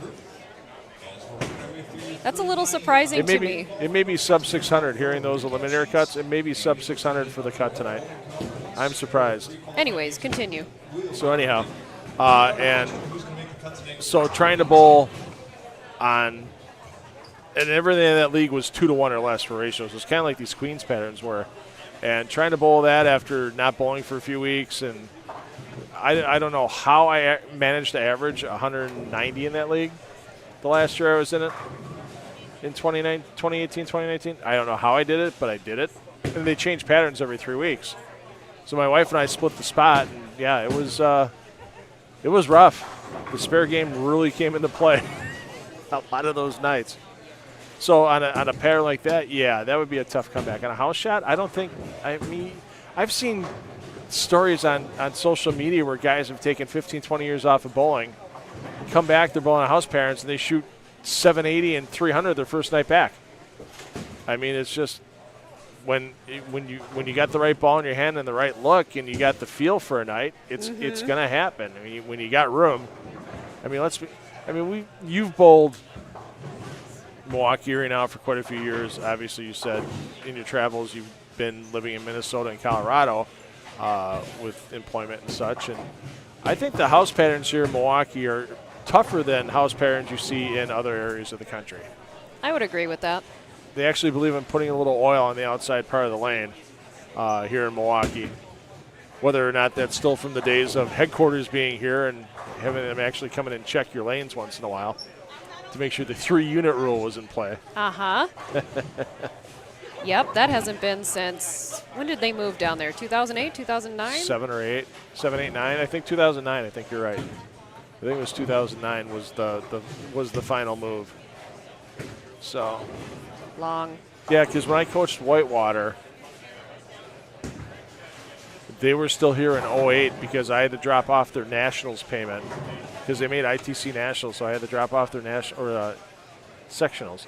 So I had to drop off their sectionals payment because the club president forgot to mail it in. So I actually dropped it off at headquarters on the due date. So yeah, saved their season, and then they had to make a nationals for the first time that year too, in 08. So That picture's probably still up in the Warhawk Alley with the plaque with the actual 6 active team members by that point in time when I took over in late '07. Thanks to grades and such. We're a little lackadaisical. Mm-hmm. So. Well, I do have to say, because I promised someone on Facebook I would, I got to give a shout out to Travis Jackson, my doubles partner from Trav. mixed doubles at the arcade in January. Okay. He had an absolute career day. A big 8, wasn't it? A pretty huge. It wasn't the house record, but it was a pretty big 8, wasn't it? He had the house record going until the 5th or 6th frame, I believe, of the 3rd game. Okay. It was. And funny story, we walk into the center. We had paid for just the handicap event, and I double checked with Kathy. I said, wait a minute. I think we owe more for scratch, right? So we paid the extra $5, $10 it was for scratch. We weren't in, so we got that squared away. And he proceeds to tell me, I've barely slept. His family adopted a dog the night before, and he had been up with the puppy. Oh, jeez. Pacino, they named their golden doodle, I believe it is. And he said, I'm tired, I'm going to give it my best, and then gets out on the lanes, shoots 300 first game, had the front 16, 17, something like that. And I gave him a happy 670. But Hey, it was enough. it was enough. Set lanes 7 and 8 at the arcade. I remember wasn't feeling good one night. We used to bowl the 3-star Masters at Bolero. That used to be a really big, nice league. Bowled that with Mark Dempsey for years. And we used to bowl with Tom Cavey, and then Cavey moved out to Las Vegas and we retired, and then Pete Van Acken joined us. Pete's 78, 79 years old, and he still bowls 6 leagues a week. Pete's insane. Nice guy, just insane for all he bowls. And I remember one night I wasn't feeling that good, and I'm like going, maybe I should just get a sub. Call the guy, he goes, can't make it. All right, I'm not that bad, let's go bowl. And I shot out of the gates, shot 300 and shot 770, 780 for the set. Feeling like a complete, just turd. Just headache and aches and crap, and hopefully I didn't get anybody else sick. Then again, back in 2011, that wasn't really a big concern at that point in time. I've just got a little case of the sniffles. It's fine. I think a lot of people just bowl better when they're not feeling well or when they're injured. I remember my first 700 series when I was really getting into bowling. I had 3 fractured ribs. Oh, jeez. Shot 730. Okay. I'm not going to give it back, that's for sure. No kidding.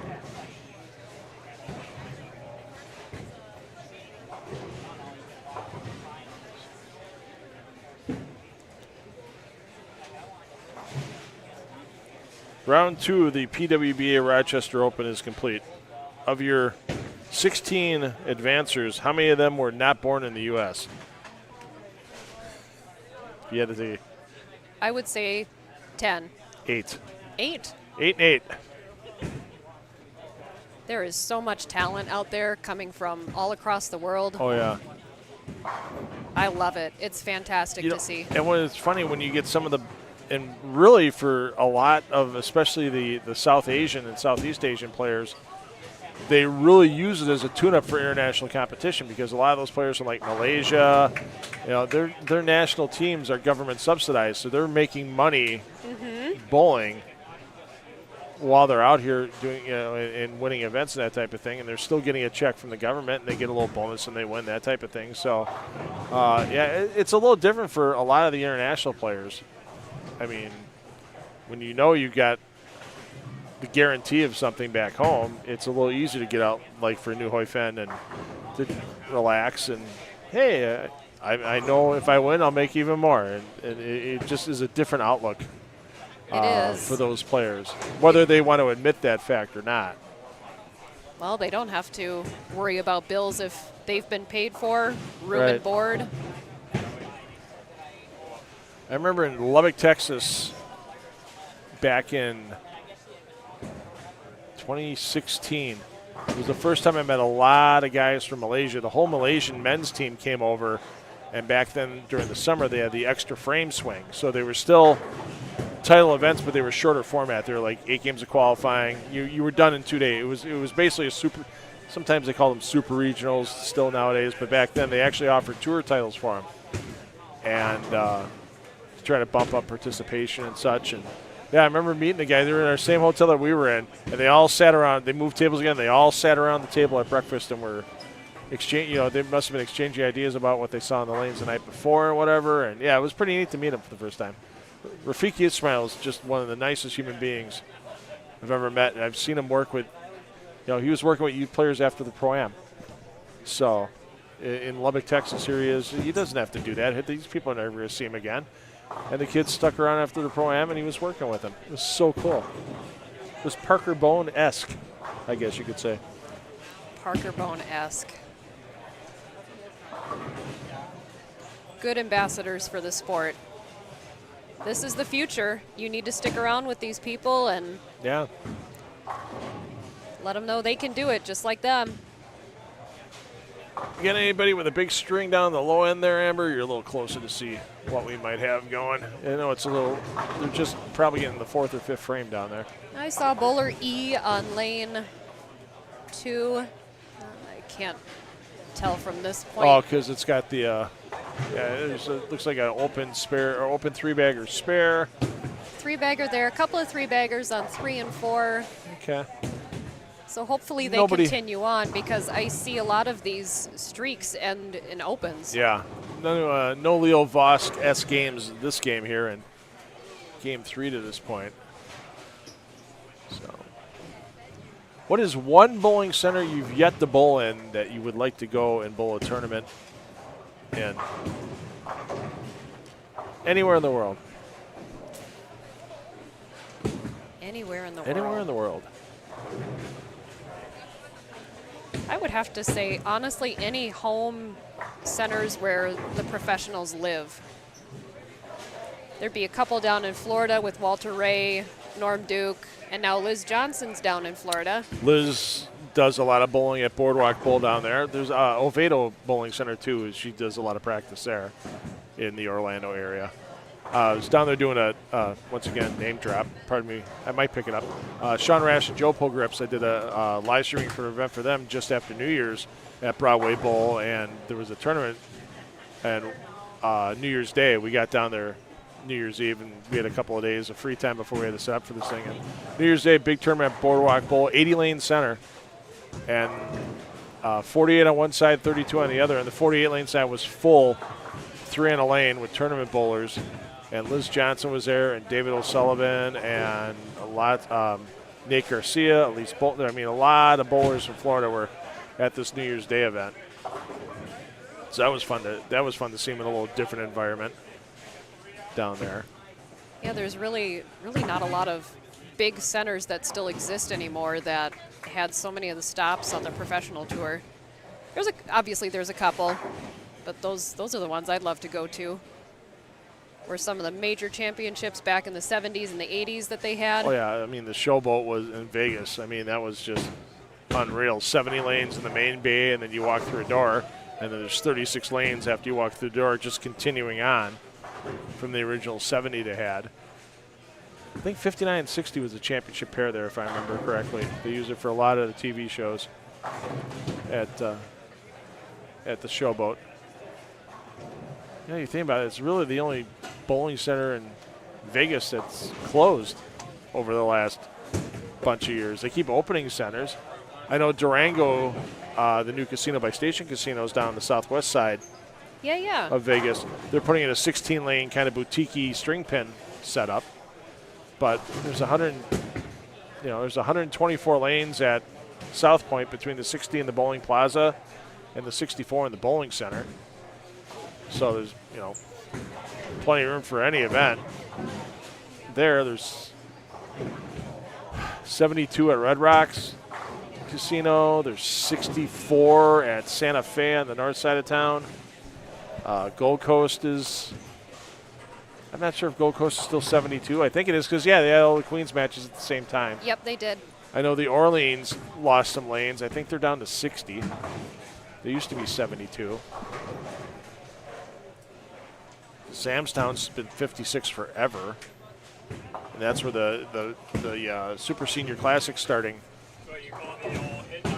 tomorrow for the men. And there'll be Tish Johnson will be there again. Tish Johnson made a really good run. I remember that when Tish made a really good run a couple of years back. She was one of my favorite bowlers watching it as I was growing up. Tish was just a beast on the lanes. And I've had a chance to run into her a couple times in the Senior U.S. Open when, for the guys, was at Suncoast for many, many years up in Summerlin in Las Vegas. Mm-hmm. And Suncoast is a 64-lane center. It was actually built at the same time as South Point. It was the Goggin family, who owns South Point now, had owned the Barbary Coast on the Strip, which turned into 2 or 3 other casinos, and now it's the Vanderpump. It's across from. It's between. It's kitty quarter from the Bellagio, and it's between Caesars. It sits right on the corner. Yeah, yeah. So that was the Barbary Coast. Then they owned the Gold Coast, and then they built the Sun Coast and South Coast.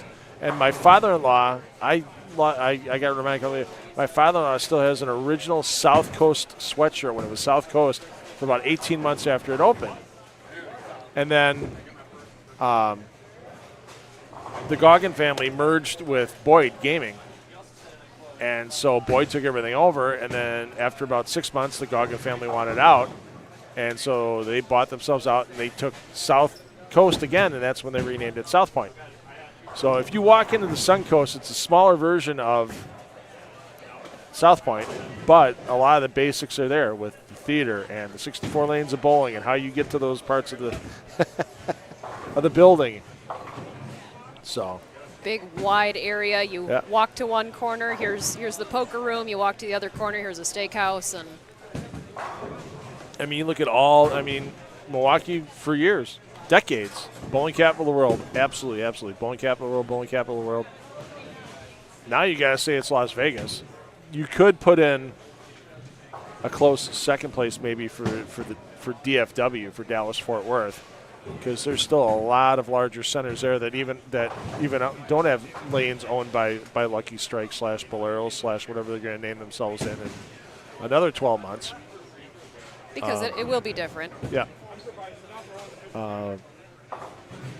Rumor has it that the Bolero name will be going away for a lot of Bolero centers, that they're either going to be full Lucky Strikes or they're going to name them back as AMFs if they're more league centralized centers.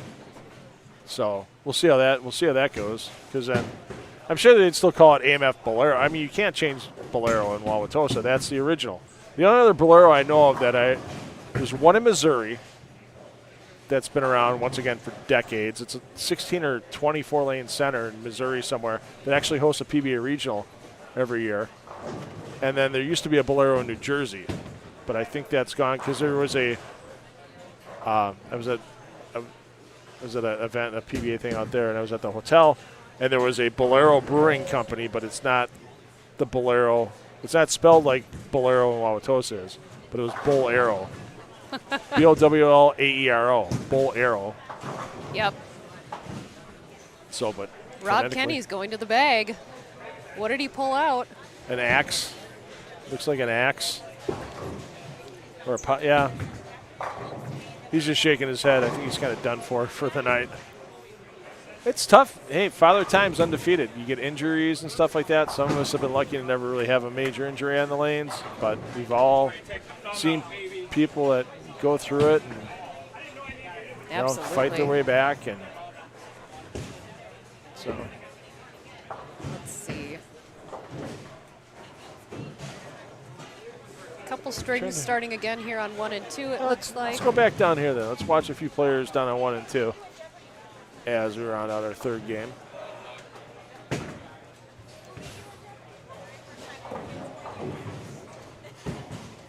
You haven't had the pleasure of bowling on any string pins then, have you?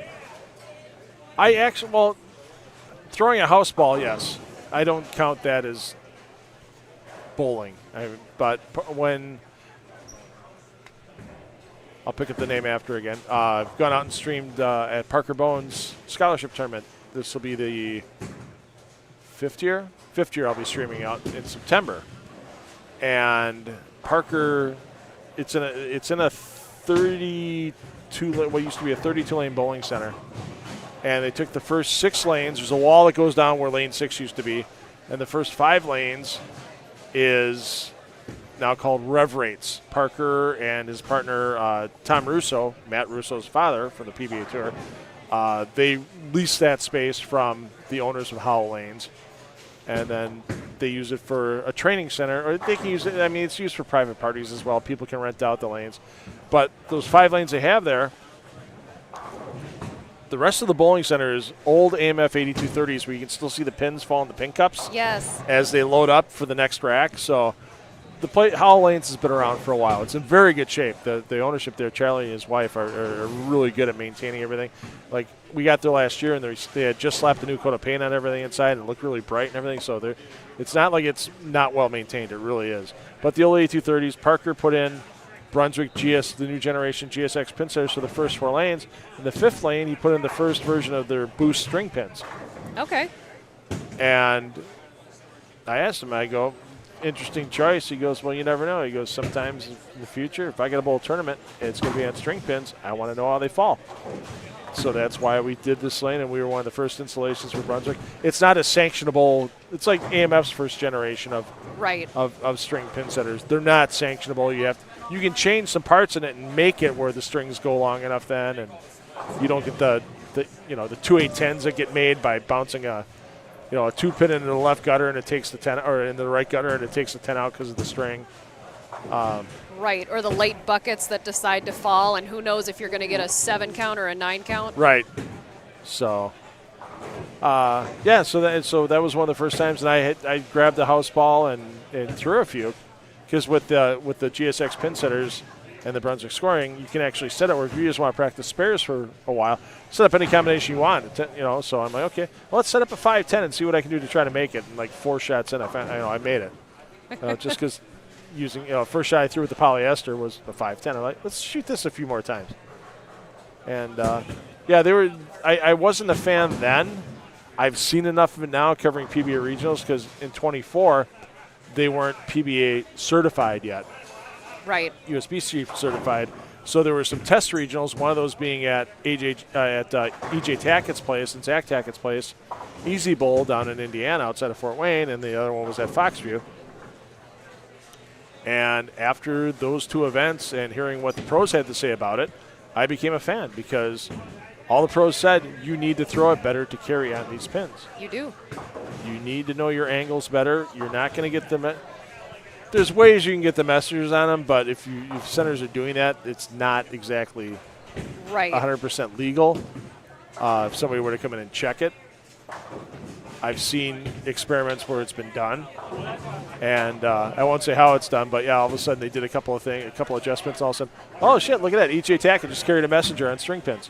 Whoops. So, but hearing it, when the best in the game for a few years now. When he wanted to redo his center, I mean, he had a 22-lane center, and he only had 16 or 17 lanes that were operational because they were parting out the other machines in order to keep the rest of the pin setters going, because parts for older 8230s are hard to find. Yes. That type of thing. To see it and watch how things were done, and Kevin McCune made a big 4, bounced it out of the pit. It can still be done. It's not impossible. Sure, it's McCune.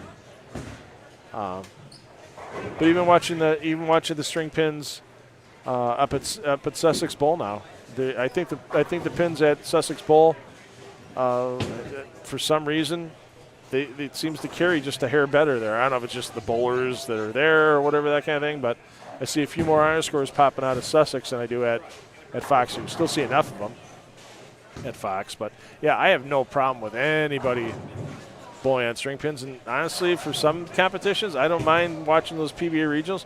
I thought that was great, because these guys knew as soon as they let it go, I'm going to leave a half 10, and they were honest with it. You can't sit there and cheat it with, okay, I'm going to half 10, but I throw at 22 miles an hour, so I'm going to get a messenger that'll most likely take the 10 out. So, yeah, to hear that from the pros themselves, not bullshit anybody about it and just go, hey, here's what I saw, here's what I feel. Would I do it again? Absolutely. There you go. That was all you needed. And then PBA did their statistics. I mean, they compared what type of leaves. Neil Stremmel did a ton of work before approving the string pin setters for PBA because they were comparing spare percentages from Lane Talk on tour against spare percentages in these events and carry percentage, perceived carry percentages, because obviously Lane Talk you can hit on the nose, squash a strike, and it's going to count as a pocket hit. It's far from perfect with Lane Talk. They do a great job. It's great for stats, but there's an occasional thing that sneaks through stat-wise. But they compare like the spare percentage because like things you're looking at, 2-8-10. Is it any different with the sanction strings than it is? Was it different with the 7-10 or the 4-6-7-10?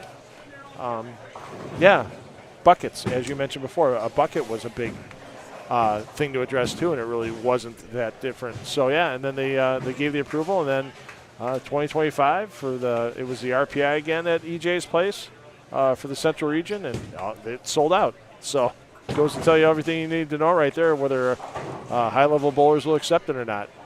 Do they want it? Some do. Will they admit it in the presence of their other bowlers? Maybe. I know EJ would say it to anybody. He's said it publicly on, in advertisements and people. And he said it talking about the sport to people he's been, when he's out and about. Because people question him, hey, why do you have string pins at your place? And he flat out tells them why. So easy maintenance for me, and I think it's a better. He goes, I think it's a little more challenging for my bowlers to get the ball through the pocket the right way. Correct. So. As a proprietor, he's got to be saving a bunch of money on insurance too to insure that place with string pins now. Well, electricity. And yes. I mean, your electricity savings is huge because East Brunswick pin setters right now are run off of 240 volt 3-phase motors. And if you walk in the back right now behind the masking units it's about 10 degrees warmer in the pits than it is out here. There's no use putting air conditioning. I mean, there's a little that's going back there, but I mean, it just throws so much heat. A one lane on string pins could, it runs the same amount as a coffee maker does for an hour. If you had a coffee maker that was just consistently making coffee or Mr. Coffee for an hour, that's as little electricity as it uses. And it's quieter. That's the weird part is when somebody's bowling a stepladder final in a string pin center, because they'll leave all the lights on and everything. Like here, during the break, you'll hear the pin setter, you hear the motors still running and the pulley still pulling and the belt still belting in back. It's plenty of noise. Those string pin setter places, there is no noise. Once those pins are set and that bowling ball is back on the rack, there's no. You got to really watch how loud you're talking during a stepladder. What's the over/under on when a 900 series gets put up on string pins? Ooh, that's a good question. I know there was a big 840 or 850 at Peyton, Fox or Sussex. That was Peyton, earlier. and I thought It was someone kicking off the year. Yeah. Is that last? I think that was last year, and then I thought I heard somewhere someone else had a slightly larger series on string pins. Because I remember it was the first night, and I think you were at Peyton Abeck, because Fox and Sussex, they do that $15,000 strike to win pot. You got to pay $5 every lead night to get in, but then if you get the strikes in the right frame, you win half the pot. You don't have to pay to get in, but the most you're going to win then is $1,500 if you strike in the right frames. If you don't pay the bonus. And yeah, I remember hearing Stefan Hanen getting a little worried because Peyton was one strike away from winning it on the first night. Oh, man, and he had wasn't it 850 something or 860? It was I think it was 850 something. Yeah. So. Just insane. Yeah. I mean, powerful young man, lefty. He's bowled in a couple of these summer sweepers over the last couple of years. He just bowled the regional down in. Lockport this past weekend and made the cut in the Sunday. Didn't get out of advance this round, but he seems to like that center in Lockport. He's done pretty well down there. over the last couple of years. He bowls on that Wednesday night Brunswick singles league as well. And Richard and I call him Verstappen because he looks like Max Verstappen. Uh-oh. You may need to give your teammate Sue a little rallying pep talk before she leaves tonight. She's not having a good night out here. We're not going to cut to her. We're going to protect the innocent. Protect the innocent. But she doesn't quite have an eye chart game yet, but it's... I wonder how Well, many... it's an eye chart game. It's not a bowling bingo game, though, where you have every count on there at least once. Right. I wonder how many gutter balls have been thrown tonight. I've seen a couple double gutters. Lane 9, first bowler there this game, gutter.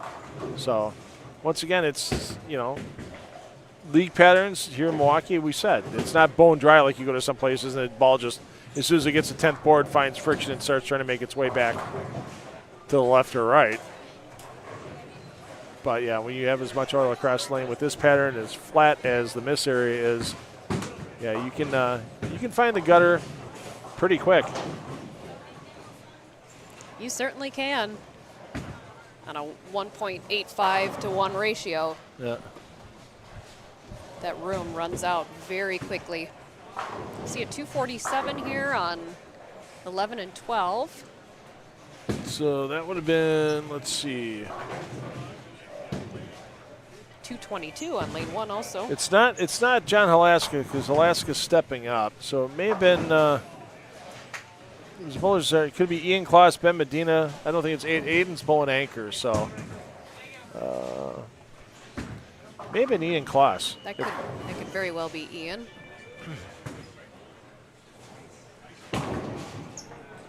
I think it would be safe to say, though, anybody who had a higher 200 game during one of these games probably had a 160 or 170 in there. Yeah.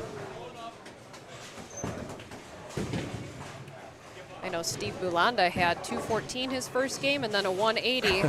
That's pretty consistent. That might be if he keeps up that pace, that might be top 10 after qualifying. So.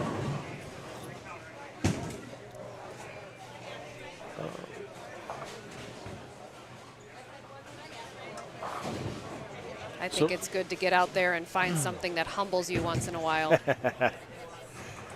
Yeah, like I said, I always enjoyed the Flat Earth League back in the day. I've always enjoyed the couple times I actually got to bowl at Holler House. So that will definitely humble you at Holler House. It is not easy. When the what's the pattern this week, Tom? The mop. How's that pattern? I go gutter to gutter to 30 feet, and then I put another tongue oil out between 10 and 10 out to 40 feet. Maybe we stripped this month, maybe we haven't. And of course, with the mop, you're putting about 20% of the oil out there that you can with a great lane machine like they have here. So yeah, it gets real fun real fast. That's why it was fun taping a couple of Brew City Bowling Show episodes there over the past year. So when does that start up again? Let's see. We're starting early October for Doubles, right? taping. No, that'll be the team. The team's always the first 17 weeks is team. And then this year we had a couple extra things that we did with the high school invitational. That ran 3 weeks, and we did a Pro Shop Challenge for a week. So we only had 7 weeks of doubles this year. Probably go back out, depending on what we work on with My 24 and that type of thing. We'll probably end up getting back out to like 10 double shows next year. Plus, when you get guys like Peter Cortez and Mitch Zyrer sweeping the Royal Roller matches for the year, it gets kind of boring. No, I'm kidding. I mean, Peter and Mitch bowled great. I mean, remember the match at one of the matches at River, Gina Hurst and Chris Mueller shot 245 and lost by 40. They started with the front 10. Peter and Mitch did, and then That's right. And then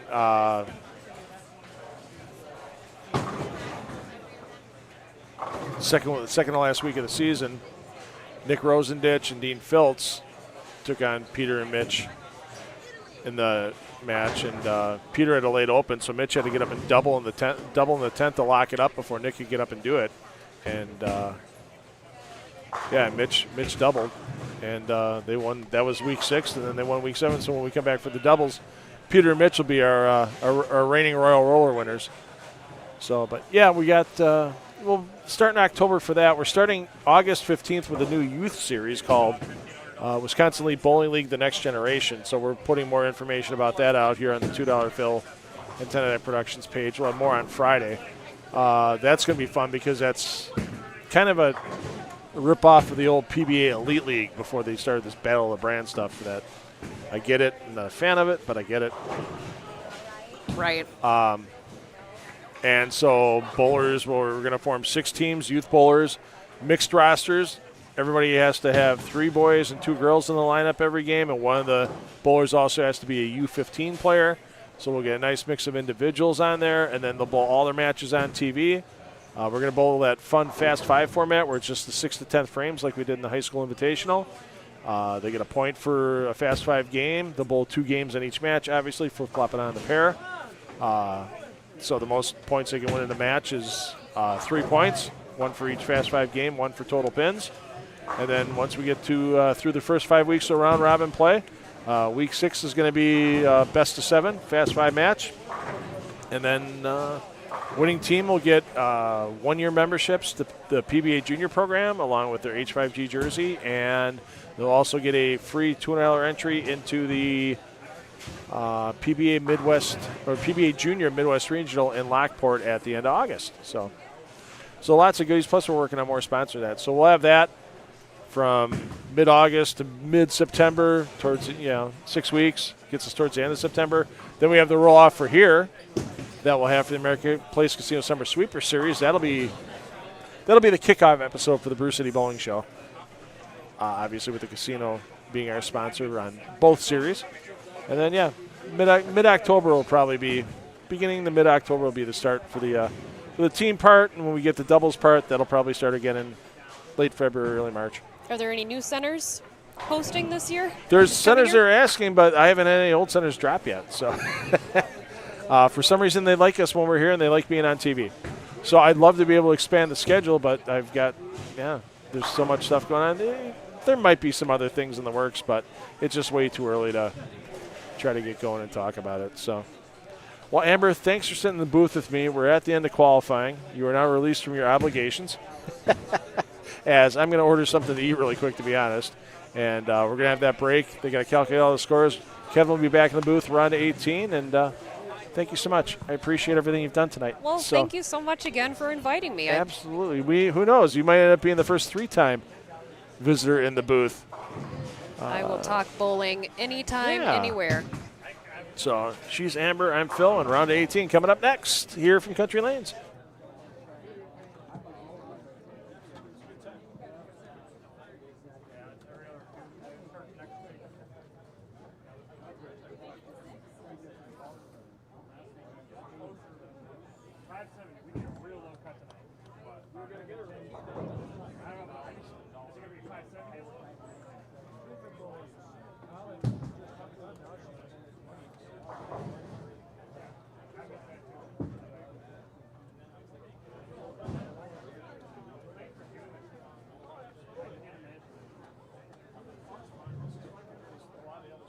Hopefully a little less stress than some of the other games. Yeah.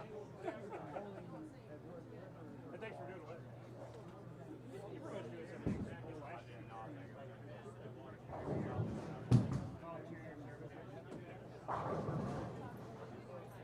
I got a grandson of her. I'm going to start bowling. Do you got anything else to come out? No. I shot 599 script.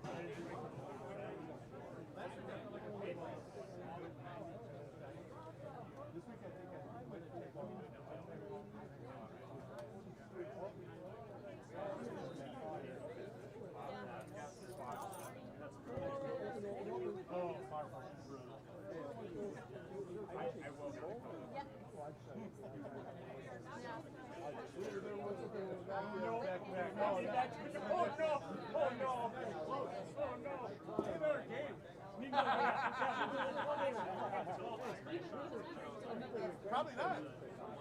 We get the ball, we get the ball. Everybody else gets there. See, that's a senior citizen. Fair enough. I did not. I did not. I see a pattern like this.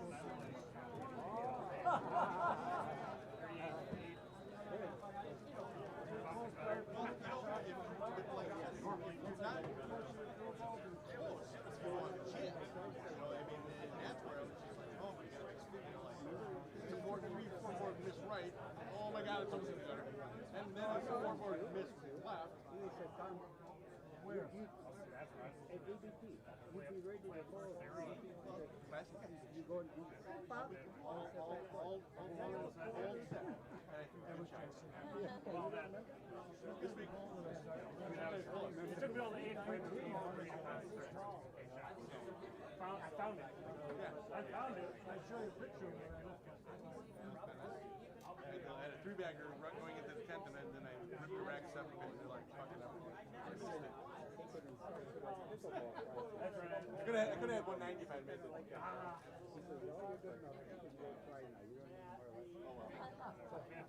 Wait. Yeah. Whatever's next. I know you used to come on all the time. I said maybe Saturday when we go to the country, will be like, I pulled that once already.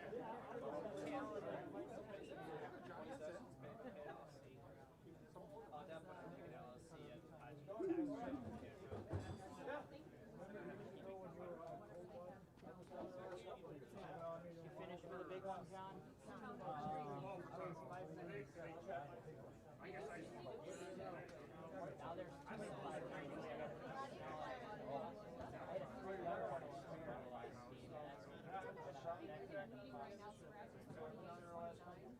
I've been there with the last couple of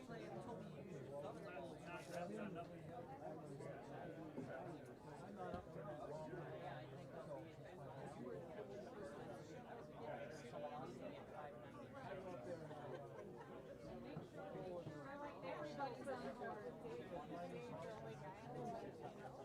I actually got to do the Honda's Open on Monday. Yeah, well, they did it the Monday before this year. They were in mid-year. Friday, Saturday, Sunday. Monday was the line.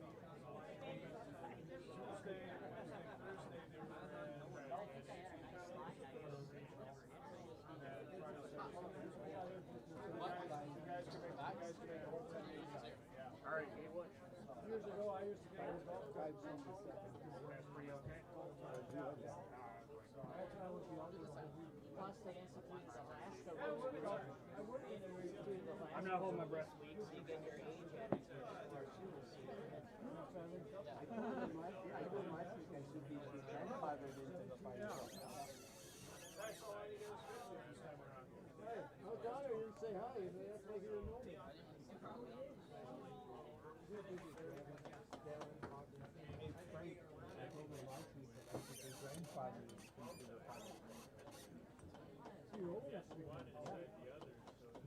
Yeah, but they wouldn't see me. Hey, we'll see you, John. Nice okay, good to see you too.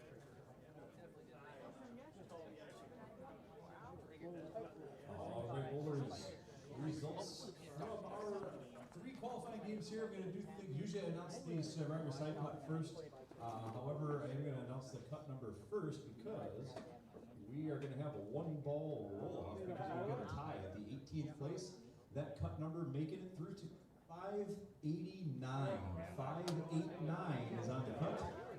So, the 2 bowlers with a 589, I'm going to give David Brandt and Tim Lambert. On lanes 3 and 4, we're going to have a 1-ball roll-off.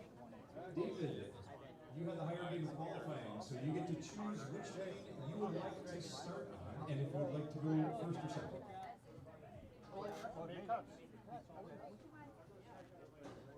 Second on lane 4. Okay, Tim, you can throw the first ball on lane 4.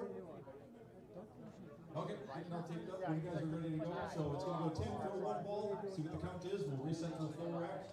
David will then have a chance to match or beat that count. If you both tie, we will move over to lane 3 and continue that roll up. So, Tim, when you're all ready to go, we'll go ahead and get that going.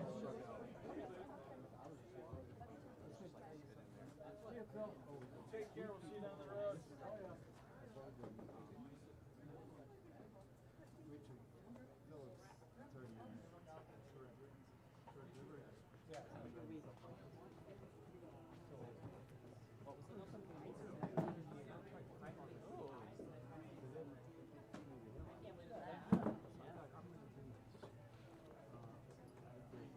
Yeah, salty. Yeah. Yeah, the 30 you said, right?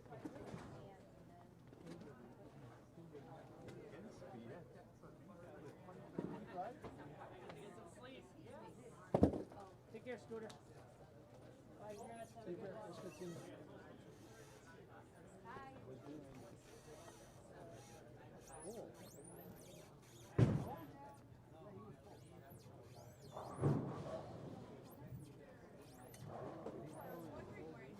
Tim with an 8 count on the first ball.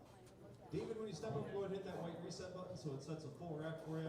And then if we get 8, it will be a tie and we'll move to lane 3. Greater than 8 means winner, less than 8. Tim is our winner.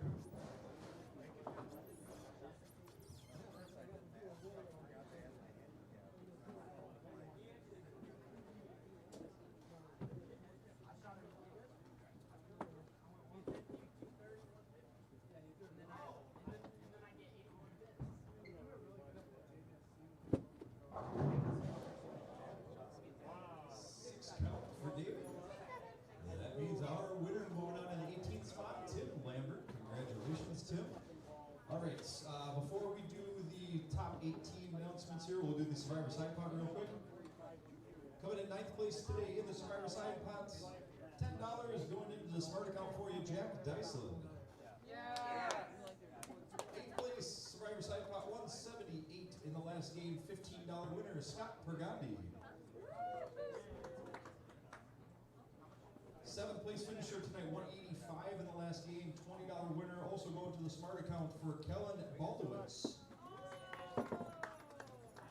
Number 6 finisher tonight, 191, $25 for Mike Kastad.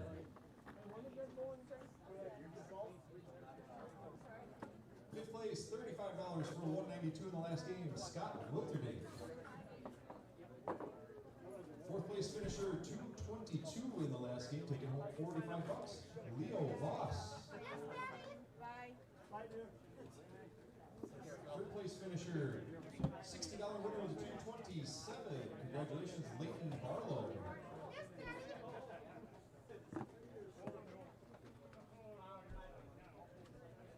2nd place finisher tonight, 234 in the last game, $75 for the effort. Congratulations, Carla Centeno. And your first place finisher for the Survivor Side Pot tonight, 260 in the last game also. Going into the smart account for you. Congratulations, $85, Ian Kloss. All right, bowlers, then as I read your names from number 1 up number 18, I'll need you to come on up here to the bowling counter. You'll get to select a card to choose which lane you're going to be on here for this round of 18. Number 1 qualifier, 696 after handicap. Congratulations, Ben Medina. That's my man. Number 2 qualifier, 686 for Leo Voss. Number 3 qualifier, 674, Ian Kloss. Number 4, 658, Carla Centeno. Rounding out the top 5, 630 for Emma Johnson. Number 6 bowler tonight, 618, Riley Champion. Number 7 qualifier at 611, Jack Dyson. So much fun. Number 8 qualifier, Exner.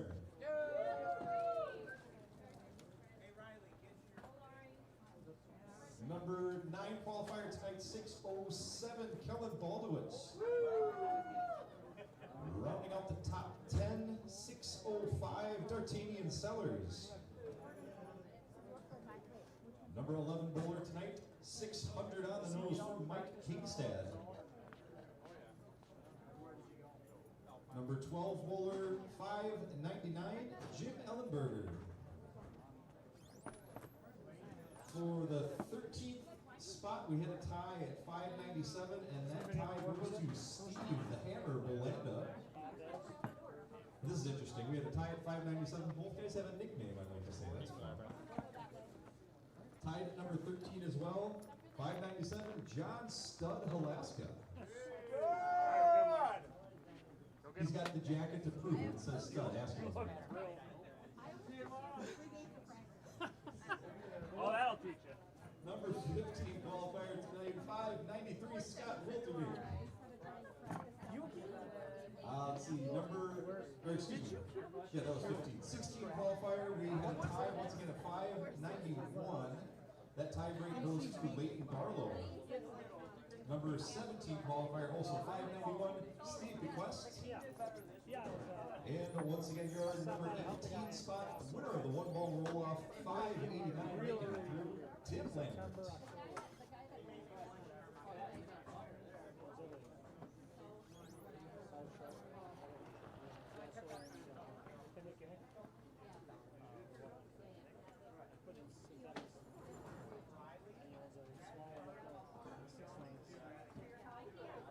Top 18 bowlers, congratulations once again for making it through for another cut here in the Summer Super Series. Everybody earns a point in the season-long standings and moving through.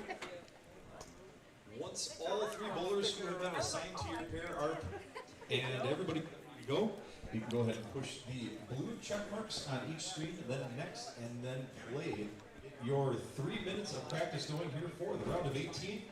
Congratulations once again. Good luck. Hey, bowling.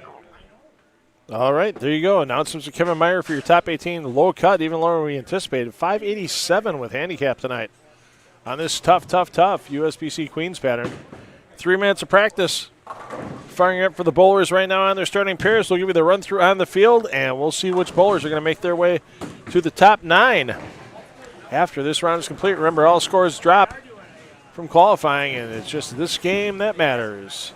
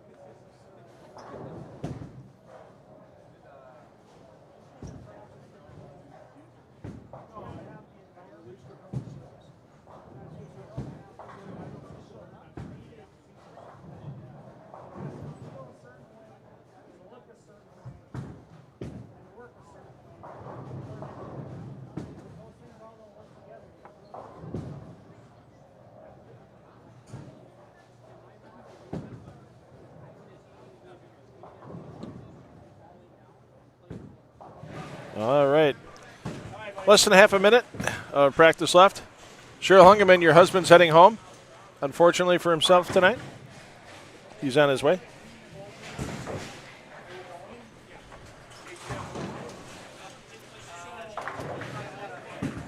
Steve Bequest, he made our Final Four last week, but Bequest with a lot of work to do, as he was our number 17 qualifier. Squeezed in there. Squeezed in there. That's all that matters, because all the pinfalls and drops, it's just this single game that matters for all of our players. So let's get down and introduce our players, starting at 1 through 4. 1 and 2, you're going to have Mike Kingstead, who's your number 11 seed. Scott Wolterdink, your number 15 seed. And Carlos Centino, who's going to be your number 4 seed. 3 and 4. Lori Exner, your 8 seed. D'Artagnan Sellers, your 10 seed. And Kellen Bekowitz. Kellen Baldowitz. Baldowitz, sorry. I should put my readers on it. So my D looked like a K there for a second. It happens more as you get older, Phil. Yes, it does. No doubt about it. That's your players on 1 through 4. Over on 5 through 8. On 5 and 6, you have your number 5 seed, Emma Johnson. Your number 16 seed, Steve Bequest. And your top qualifier, Ben Medina. Ben had a 300 game at the PBA Regional this past weekend in Lockport, so it was his first ever 300 game, and he did it on a PBA pattern. So when he checked in today, I was like, Ben, congratulations, man. That was pretty cool. Yeah. 7 8, Mike Kingstead's your 11 seed. Jim Hillenberger's your 12 seed. Jack Deisland, who got a rousing round of boos when he was announced, is your 7 seed. Yeah, you reap what you sow sometimes. That's very true. Let's get over to 9 through 12. We'll introduce you here. 9 and 10. You got yourself Riley Champion, your 6th seed. Tim Lambert, your number 18 seed, who won in an 8-6 roll-off. Yeah, the old one-ball roll-off to get in, tie at the cut line. Leo Voss, your number 2 seed. Voss had a good game on 9 and 10. I'm not surprised by him picking up. He finished with a 240 game in game 2 on that pair. Was he like 270 something in that game? Or maybe it was, you're right, 270. He had a run for 270 that game for sure. Maybe it was a 270. It was a good game. It was a good game, nonetheless. 11 and 12, John Halaska, the stud and the hammer on the same lane. Yes. Lane 11. Stud and hammer, rocking it on the end. Sounds like a detective show that should be made from the 70s. Remake it. It's the stud and the hammer, or is it the hammer and the stud? Who gets top billing? You got to give the stud top billing. It's a stud and the hammer. I mean, he's got the coat to prove it. So. That's very true. Yeah. So there are your 12, your 13 seed for Halaska, 14 seed for Belanda. And then your final player, your number 3 seed, Ian Klaas. Last week we talked about, players avoiding the end pairs. Ian Klaas must have had a good game on that pair. Yeah, I want to go back. When you were talking about names for a TV series, actually the end pair, 11 and 12. Actually, to me, it kind of sounds like a law firm. It's Stud, Ian, and Klaas. What kind of law do they practice? Oh, that's got to be probably criminal defense, divorce law, perhaps. I don't know. Wow. Remember, Chad? I didn't say that. I was thinking more like criminal defense, but okay. Either way, I know. Steve, Hammer is happily married. Ian, far from considering that, and I'm not sure. Well, John's wife passed, maybe 3 years ago now, something like that. So he was very happily married for a very long time. So I will retract my divorce law comment. So let's go with their law firm for patents and other. Yeah, patent. They do patent law. So like when somebody makes a new type of invention that doesn't involve AI, they can patent it and make sure that people get paid like they're supposed to. There you go. Instead of AI just basically ripping everything off the internet, not paying anybody for the work they've done before. But that's a whole nother story. I digress. So there's no originality anymore. Until you get in the booth here, Country Lanes, we're original every week. Hey, I try to bring some flavor. Yes, indeed. Speaking of flavor, what you snacking on there, Phil? I got the grilled cheese deluxe with the bacon and the tomato. And, the ultimate grilled cheese. The ultimate grilled cheese. Oh, that's one of the best things I enjoy on the menu here. Beautiful. Yes, indeed. Well, shameless food promotion. That's what we call that. Steve Bequest found out that you can't miss left on this pattern. He missed left a lot on 1 and 2, and he was catching hell from me in the booth. Everybody with comments and making him flex his left hand and everything. And then, of course, lefty's on that pair with him, and lefty crossed over, and he flexes right. It was a mess. Oh, okay. They were crossing over all over the place. So, yeah, 48 bowlers tonight, though. Great showing once again here at Country Lanes for an American Place Casino Summer Sweeper Series event. And we still have 200 on top, even with 48 tonight for the prize fund. Yeah. Yep. Top prize $200 tonight. There we go. Plus the chance to win American Place Casino free play on jackpot shots. That and sweet spares for dough. championship bucket, too. Yeah, that's right. We can never forget. Thanks to our friends at Holtz Motors, the Champions Bucket. Just had my Equinox service there today. Oil change. Free tire rotation because I bought my replacement tires there at Holtz. I originally bought the vehicle at Holtz, 2020 Equinox, and all the driving. Tires needed replacement last year in January, and I've had them rotated twice now. Didn't cost me good a for penny you for either time. remembering to use all the things that come with like what you buy for service. Right. 9 times out of 10, you buy a service plan or something like that, and you forget about it. So I do. And actually caved for the fuel injection cleaners this time. We hit 60,000 miles on the Equinox, so let's clean the fuel injectors. Usually the detergents and the gasoline are good enough. Let's just give it that little extra this time.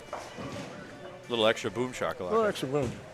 Let's get down to lanes 1 through 4. Rough start here for Kellen. Rough start for Lori. Rough start, wow, for D'Artagnan. Rough pattern. Yikes, yeah. Yeah, and you're watching Carla bowl on lane 1 right now. Like Carla was in the top 5 in qualifying, and a perfect example of somebody who is a developing bowler. Ball goes straight down the lane, but also why I have learned to vary the patterns from week to week, because these harder patterns for somebody who takes the pattern completely out of play like Carla, she's tough to chase down in these because it's harder for the 200 average bowlers to hit their average as opposed to her, hitting her average on a given night. So. Yeah, she comes in at 116. Yep.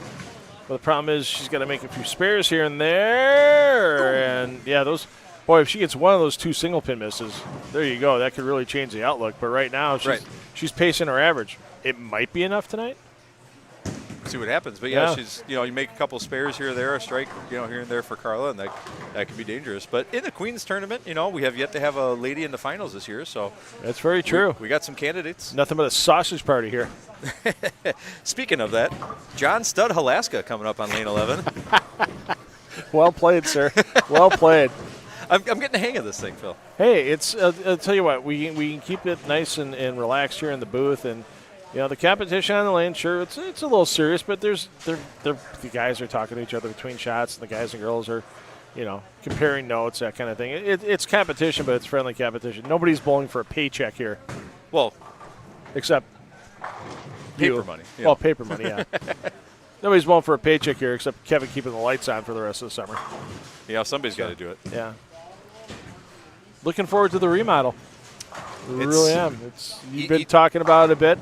Each day is a little progress towards all that, and it's one of those things where, when Leanne and I came into this business a little over 5.5 years ago, we knew that was going to be in our future. That things needed to be brought up to date here, and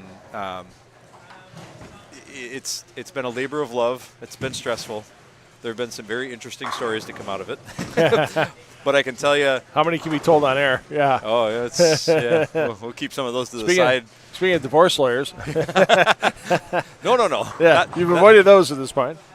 But I'm really excited for what it's going to be. It's just, it's going to be a ton of work, and it's occupying a ton of time, but it's also going to be, it's going to be fresh, it's going to be new, it's going to be modern, it's going to look great, it's going to be clean, it's going to be more spacious, it's going to be everything this place needs. So it better be for what it's costing. Is it going to be Count Fuller proof? Unfortunately, I did not have that option when I selected the furniture. Okay. So, but I do have doesn't he need to do approach cleaner I could spray if I need to. Okay. Well, doesn't he need to do community service to help out, and you can get him to sweep the carpets or something? So I could ask. He'll Yeah. probably just laugh like, oh, Ha ha ha. Right. yeah, you know. Or wear that mask. Yeah, and then he'll ask me to buy some garbage I don't need.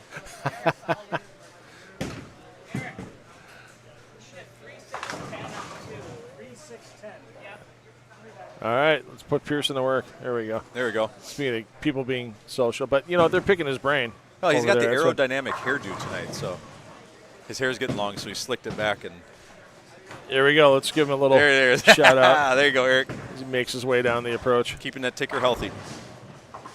One thing I do love here is having these cameras. If you haven't been at a Summer Sweeper Series yet, it's a lot of equipment that goes into the live streaming here. And last year I got the bright idea to mount them in the ceiling, and they've worked so well. It's such a great, cool angle because you can actually get over the bowler's shoulder while it's bowling, so you see most of the. Not the over-the-shoulder boulder holder. You knew where I was going. As soon as you looked at me, I'm like, no, the over-the-shoulder bowler. Bowler holder. Look. Okay. Yeah. But so you see most of the ball path for the bowler, so that's really cool. The Vallone family has entered. Hey, how about that? Trying to stay off camera. It's not live, don't worry. Joe trying to stay in the. Wow, jeez. Joe just took Jimmy out. That's par for the course. How old's the young one for them? Got to be 3. Enzo, right? That's RJ. RJ. Yeah. Okay. 3. Good guess. He's 3 Cool and he's got a better mullet than most. He's got a cool T-shirt too. I like the Hot Wheels stuff. Yes, sir. That's like retro. Yeah, I got a little Kevin fist gets- bump from RJ. Nice. What car does he have in his hand? Allison. Okay. Nice. Nice. Say hi. I like your Hot Wheels car, Davey Allison. The only one that would be better than that would be an Alan Kulwicki. I know nothing about racing, but we sponsor Matt Urban. Matt Urban. Yeah. So I saw he got a maybe not a feature win, but he got a heat win he got a heat win, yeah. a couple weeks back. Yep. So He's been a he's little doing tough great. been a little tough to race on weekends lately here in Wisconsin. With it seems to be the only time it rains when it does rain. Yeah, it is what it is. So Nice to see Tim Lambert up there just flushing one back, even though he had gutter spare in the third that brought him down a little bit. So, yeah, let's see where Riley and Leo are playing. You talk about a couple of young players, high rev. Riley on the left side, Leo on the right, as we mentioned earlier. Yeah, Leo Leo had a if I- pretty good game on this pair. So, interesting side note, my stepbrother messaged me, and he goes, hey, I just hired a kid who bowls in your sweeper series. Huh. Oh, yeah? No, it's Leo Voss. Yeah, Leo bowled the regional this weekend, too. Yeah, Done in he works Lockwood. for my stepbrother. Okay. So, Mike Coplin, if you're watching, Leo's on your live feed here, so you There you go. can share your employees' adventures on the lanes. Actually, or get him a jersey that he can wear with your business name on it Hey, while he's you bowling. know what? Now we're talking. See? Now we're talking. Always thinking you gotta promote the business. If he's working for you, tell him he gets a 10 cent an hour raise if he wears the jersey. There you go. Hey, it's $4 a week. It's a walking billboard. 10 weeks. Yeah, 10 weeks later, you got the jersey paid for. All right, Mike, come on, get the kid a jersey. Let's go. I mean, that way he can bowl in basic black. Yep. It's not that tough to do. Ooh, Stud was praying for that spare, and he got it. Let's see where Leo's. Last I saw, he was playing right up the pipe with urethane. That might be where he's still playing. He's got the speed and rev to pull that off. So two-hander, I believe. Correct me if I'm wrong. Did Leo bowl at Whitewater currently or recently? Sure. I think he was. I think he's. A I think he was part of the team. I just don't know if he's still Yeah, I don't there know. or not. I'm assuming he graduated since he has a job. That's I can true. verify he has employment. I did that many years ago. I did the full-time day job and the full-time night school. Oh, no that thanks. was rough. That was the late 90s were not a fun time in my life. There was not much fun to be had. The late 90s, I was contemplating what college I wanted to go to. Oh. I was on the 13-year plan. Went for a year. Van Brylow. Took 10 off. Yeah, yeah. One of the best lines. It was still one of the best lines ever from a movie. Was in Van Wilder, where the dean walks into his room and goes, "Wow, this is decorated in early." And I've kind of used that line every once in a while. You can't use it obviously on the air here.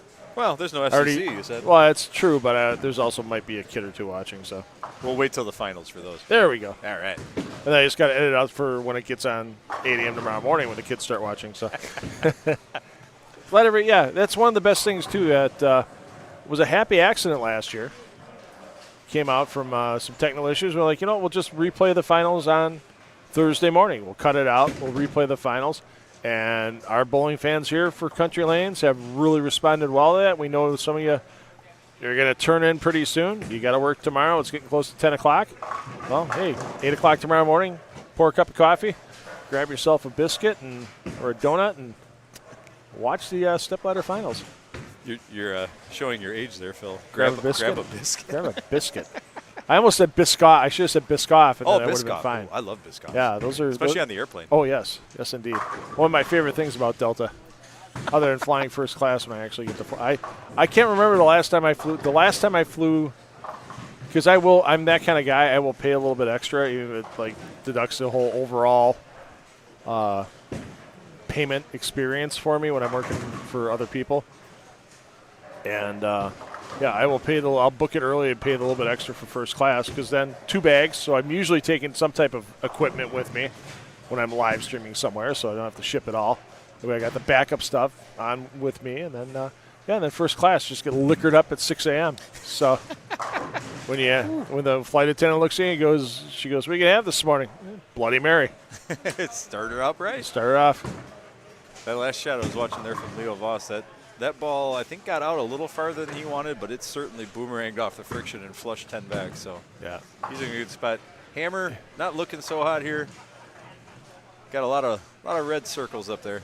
Let's get back over here to 5 through 8. We've been kind of watching here, but there hasn't been any really big scores. I mean, D'Artagnan Sellers 198 with his handicap. That's probably going to be enough tonight. Yeah. Yeah, that'll be enough to get through.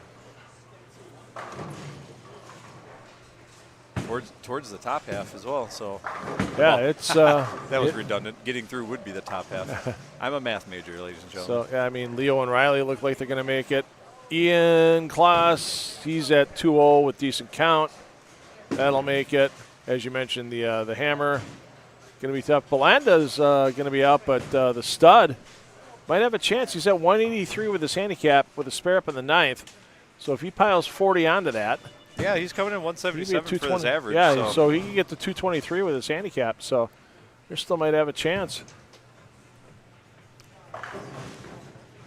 If Steve's watching this replay, thanks for wearing your Country Lane shirt tonight, Hammer. I appreciate the shameless promotion. Absolutely. He's a good man. Oh, Tim Lambert fell apart there. 3-count gutter. Oof. However, he is catching 46 sticks, so I mean he's got a chance still. Bequest is looking to advance again. He's one of those guys that's in the hunt for the senior and scratch season lead after 3 weeks. Yes, he is. And he makes another top 4 finals. He'll probably be leading the overall points list after 3 weeks. Yeah, he would be. I remember there's a 4-way tie at the top. It was Jaden Kenny was in it. Steve was in it. Vanderbeek, our week 1 winner was in it. Yeah. That was a Freudian slip. I was going to say, yeah, Vanderbeek, we're not going to pretty much see the rest of the season with his internship in Texas. So yeah, probably that was a one and done. I'm sure there were a few bowlers here breathing a sigh of relief for that one. Oh, my God. Bequest, how about that? I've heard a couple names for that with a bucket with a... Steve, are your fingers okay? Bequest, are your fingers still attached? He's trying to ignore us right now. He's doing a great job of it, too. He is. I mean, it's only for count. He's going to make it. Jack just walked right in front of him. Yeah. Well, he stuffed a 7-9, too. Well, you know. That's going to be good night, Jack. Oh, what a nice cover there, Steve. Steve Bequest 1 for 1 in 2026 on the 2-4-5-10. We know that for a fact. We checked the Country Lane sweeper records thanks to Lane Talk, and that was the first 2-4-5-10 anybody's had to shoot at this season. I had to set an interesting set of pins tonight, which, on the hard patterns, you have to, it's not it's just, I need a 10 pin or whatever. Right. I had to set every even pin. 2, 4, 6, 8, 10. Yeah. I was just like, I've never had to set all the even ones. I've seen that left before. Was it left by a lefty or a righty, though? That would sound like a lefty would have left that. To be honest, got the 7 out. Don't recall. I Okay. Should have known that. We should have looked on that one. I'll step my game up. Oh, we got a 5-pin on lane 6. Oh, we can't pick on Emma, can we? We could. Oh, boy.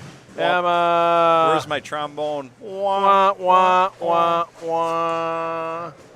All right, Kevin. Scores to be had. Yes, sir. Total them up, see what's happening. Total them up. Let's get to our top 9. Kevin will be back with me in a few minutes. We're here at Country Lanes. Once again, thanks to American Place Casino for all they do. Can't wait to give away some jackpot shots and spares for dough during our top 4 finals. And don't forget, our champion also takes home that champion's bucket thanks to our friends at Holtz Motors. Round of 9 coming up momentarily after the cut's determined.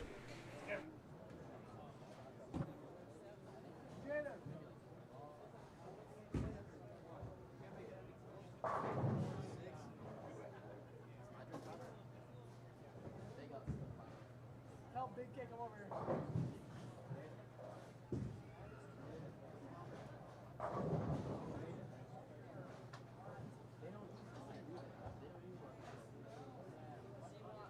Come over here, dude.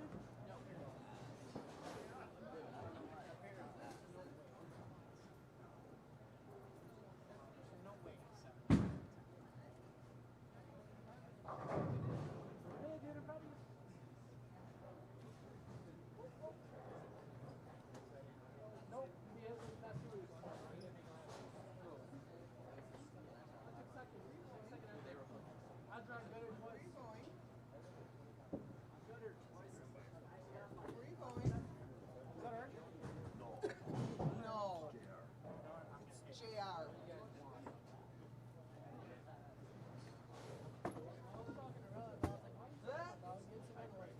He don't like you, Chad.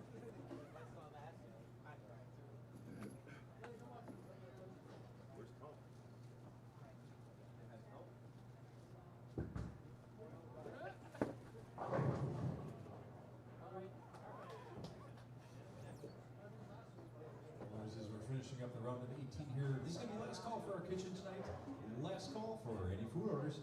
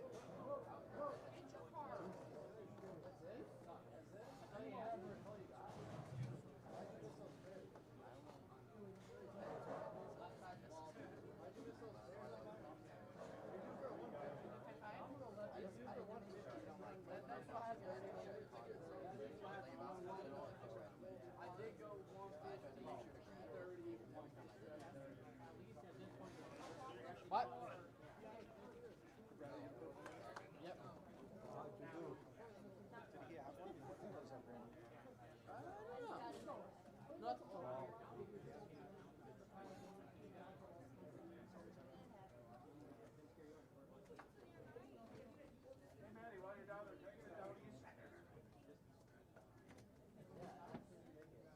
No, you sound like a dick, but not actually. Why don't you tell the guy while he's down there? While you're howling for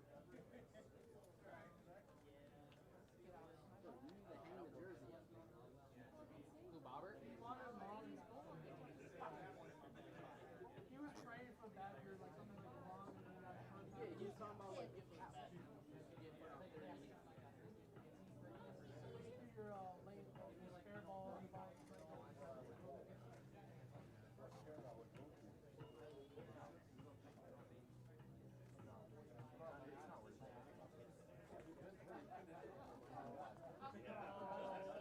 Got less than a month left.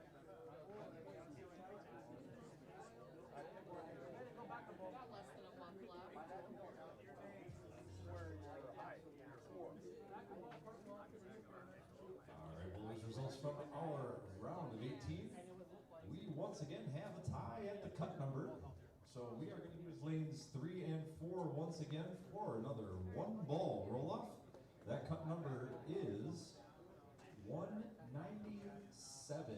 197. So I need Carla Centeno Rob and Kenny's Leighton gonna order a Barlow, 10,000 please, pack. on lanes 3 and 4.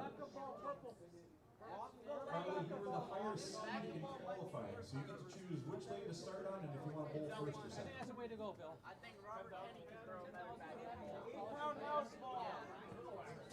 Okay, Carla wants to start on lane 4 and she wants to go second. So, Leighton, I'm going to need you to throw your first shot on lane number 4. And depending on the count, we'll see if Carla has a chance to beat or tie that number. Do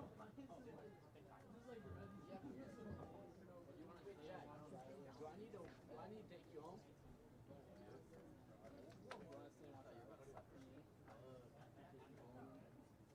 You're not even your ass. She needs a second.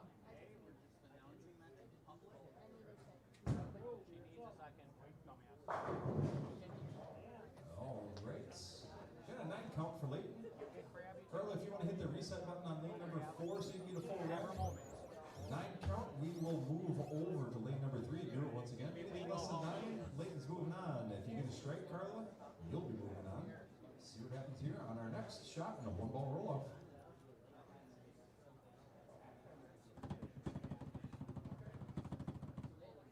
Dude, some fat girl on me was not sure I have some flop. Thank you, brother.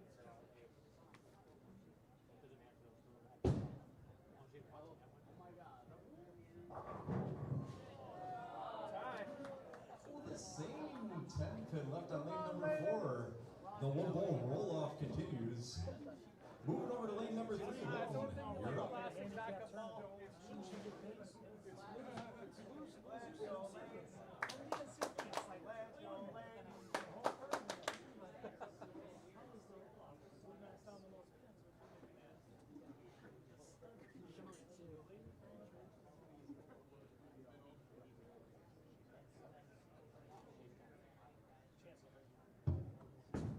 Be good, ball. Flush shot 10 back for Leighton. Okay, Carla, you got to get all 10 to keep this one moving on over to lane 4. Anything less than that, Leighton's moving on. Let's go, Carla. Let's go, Carla.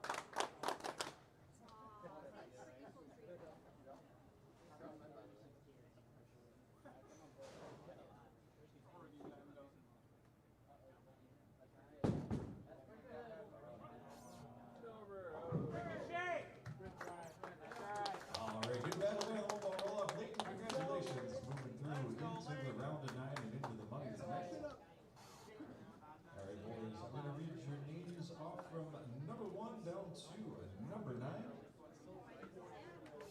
I'll give you a minute here. We're just updating our spreadsheet after that one ball roll off.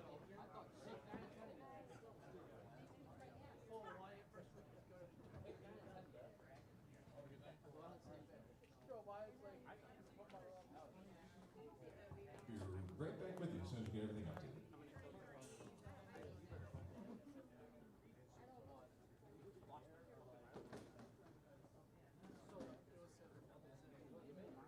I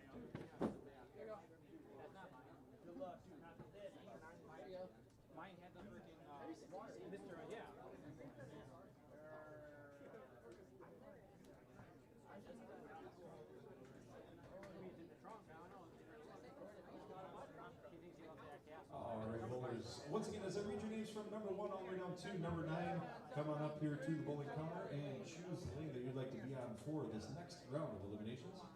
Number 1 qualifier coming out of the round of 18, 261. Congratulations, Riley, champion.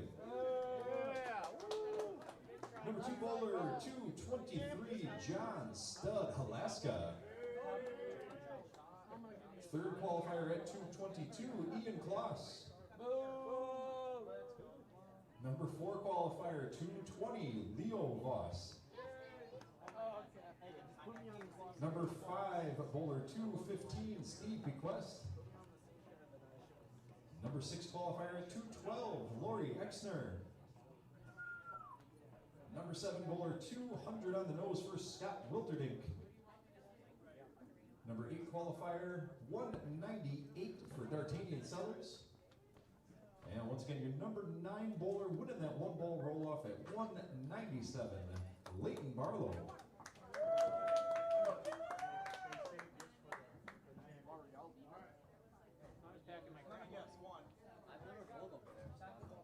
All right, top 9 bowlers, congratulations once again for getting another point in our Summer Sweeper Series, making it into the money tonight. Once again, when all of the bowlers are present and ready to go, you can push the blue check marks and then next and then play. And that'll get your 3 minutes of practice going for this round of 9. Congratulations once again. Good luck and great bowling. All right, there you go. Thanks, Kevin. 9 players remain. All scores started 0. And practice for 3 minutes starting now. We'll give you player introductions. As soon as Kevin gets back in here, we'll figure out who's going to make their way into the top 9, into the top 4, pardon me, from this top 9, as we'll have our final match coming up after 5 players are eliminated.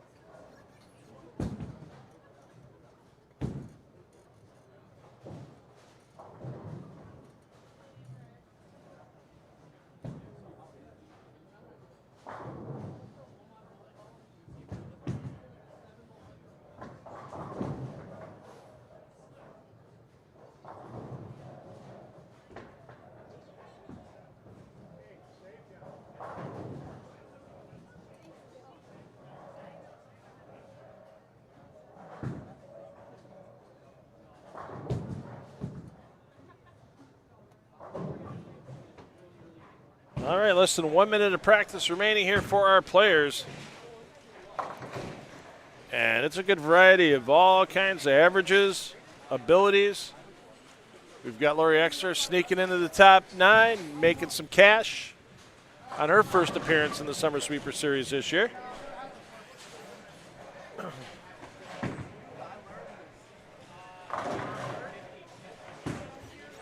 So let's give you a rundown here. We'll start at 9 and 10, work our way back left.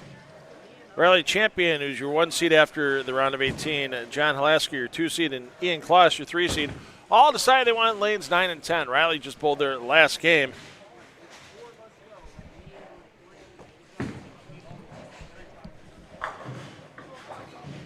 Riley put up a 234 with his handicap.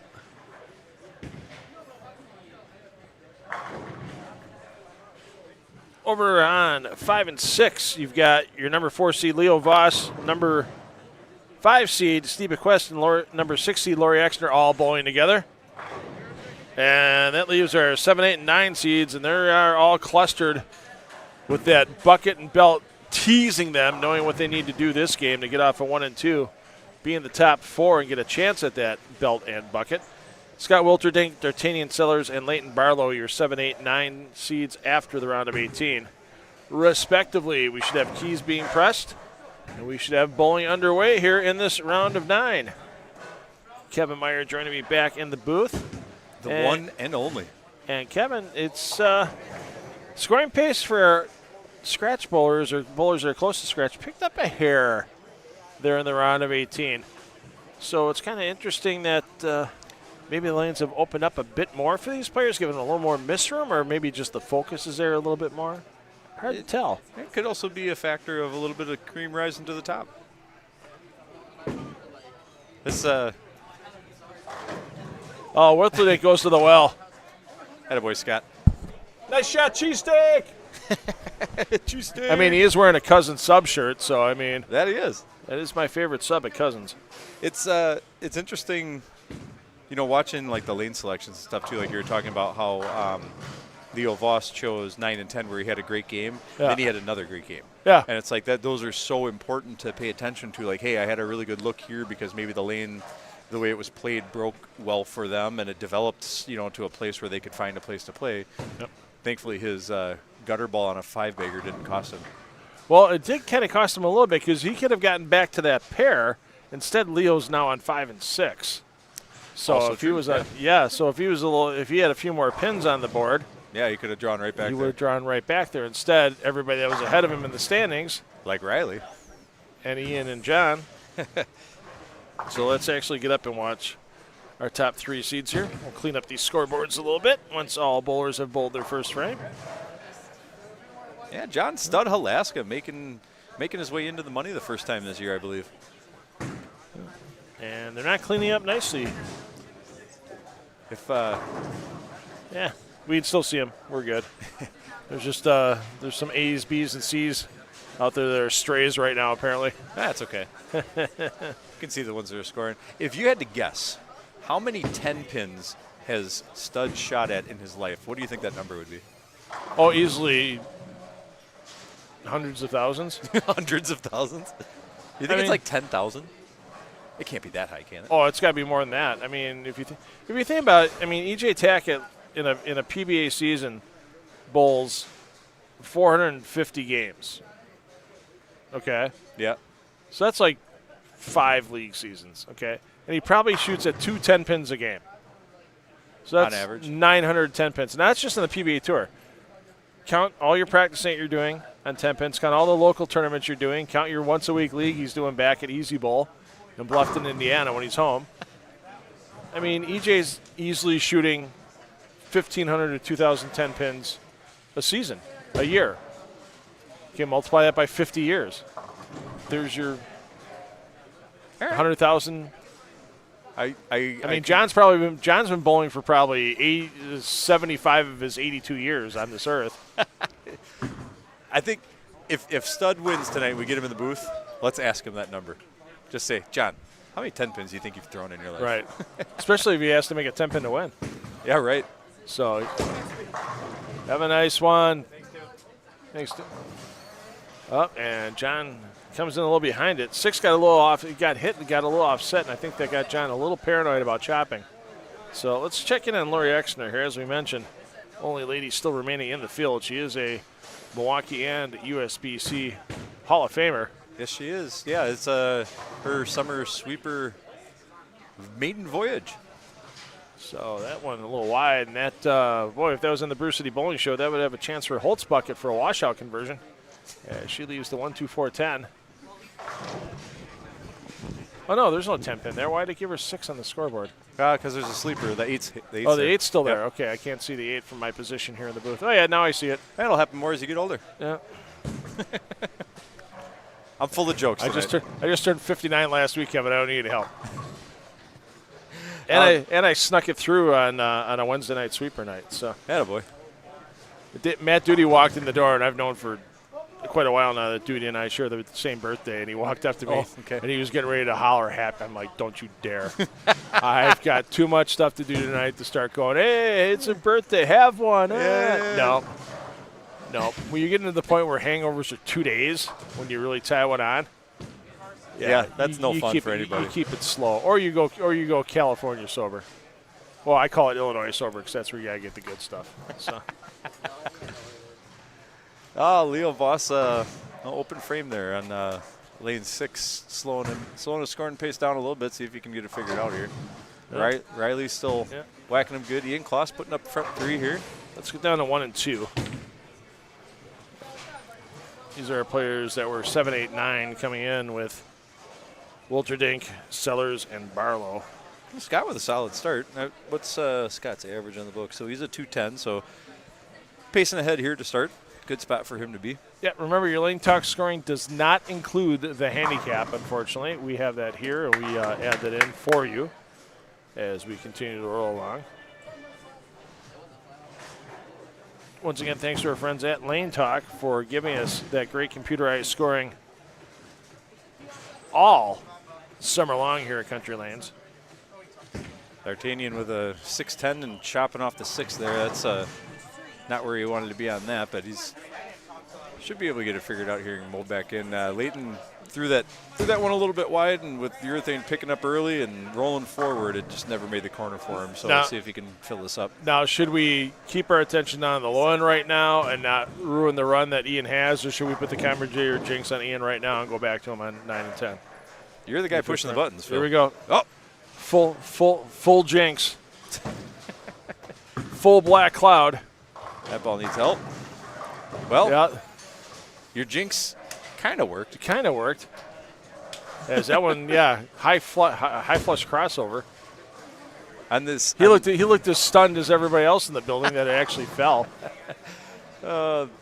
Sometimes you just when they fall, they fall. Right. And you go, okay, I got to throw a better one next frame. Get back down to Willardink as it's still funny. I mean, there's the distance between the gutter cap on lane 1 and the wall has got to be what, 4 feet? 3.5 to 4 feet on lane 1. Yeah, from the flat gutter cap. Yeah, something like that.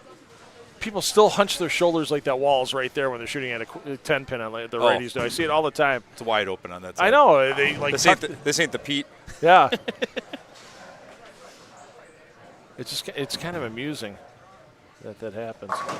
That's one of those where. Ooh, half. Oh no, it fell. 6 for Barlow. That is one of those where you have to get out of your own way in that case. Yeah.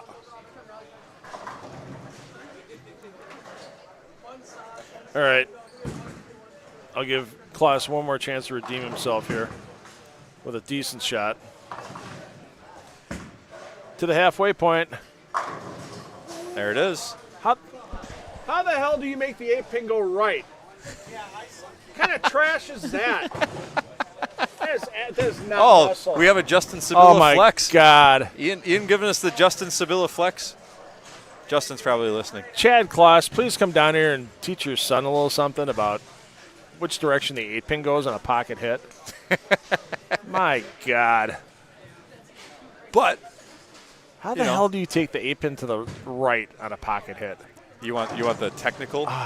Yeah, let's go technical. Urethane reads up early, rolls forward, hit the pocket without a great entry angle, deflected off the 1, probably nudged the 5 to the left of the 8 and made it go right. That's my guess. So I usually joke that 2 wrongs don't make a right, but 3 wrongs can make a strike. So that was like 12 wrongs that made a strike for Ian Kloss. Once again, 2 wrongs don't make a right, but 3 wrongs make a strike. That is trademarked by 10 on the Deck Enterprises. Please do not use without the express written consent of $2 Phil and 10 on the Deck Productions. Ooh, Riley, great shot. All right, let's check in on we'll check in on Bequest and Company. How about it, John? Ooh, I thought he had a chance on that one. Studley attempt. Perhaps the fatigue is setting in for I don't know. Well, he's getting his money's worth this game. He's true. Trying to throw 23 shots. Steve Bequest with 9. See, old guys can't take the 8 to the. to the right. It's all these young kids, 9.5 on these that young one. whippersnappers. Well, let's see what trash Kloss is going to carry on this shot. Will it be good? No. Needs to make an adjustment. We're rooting for you.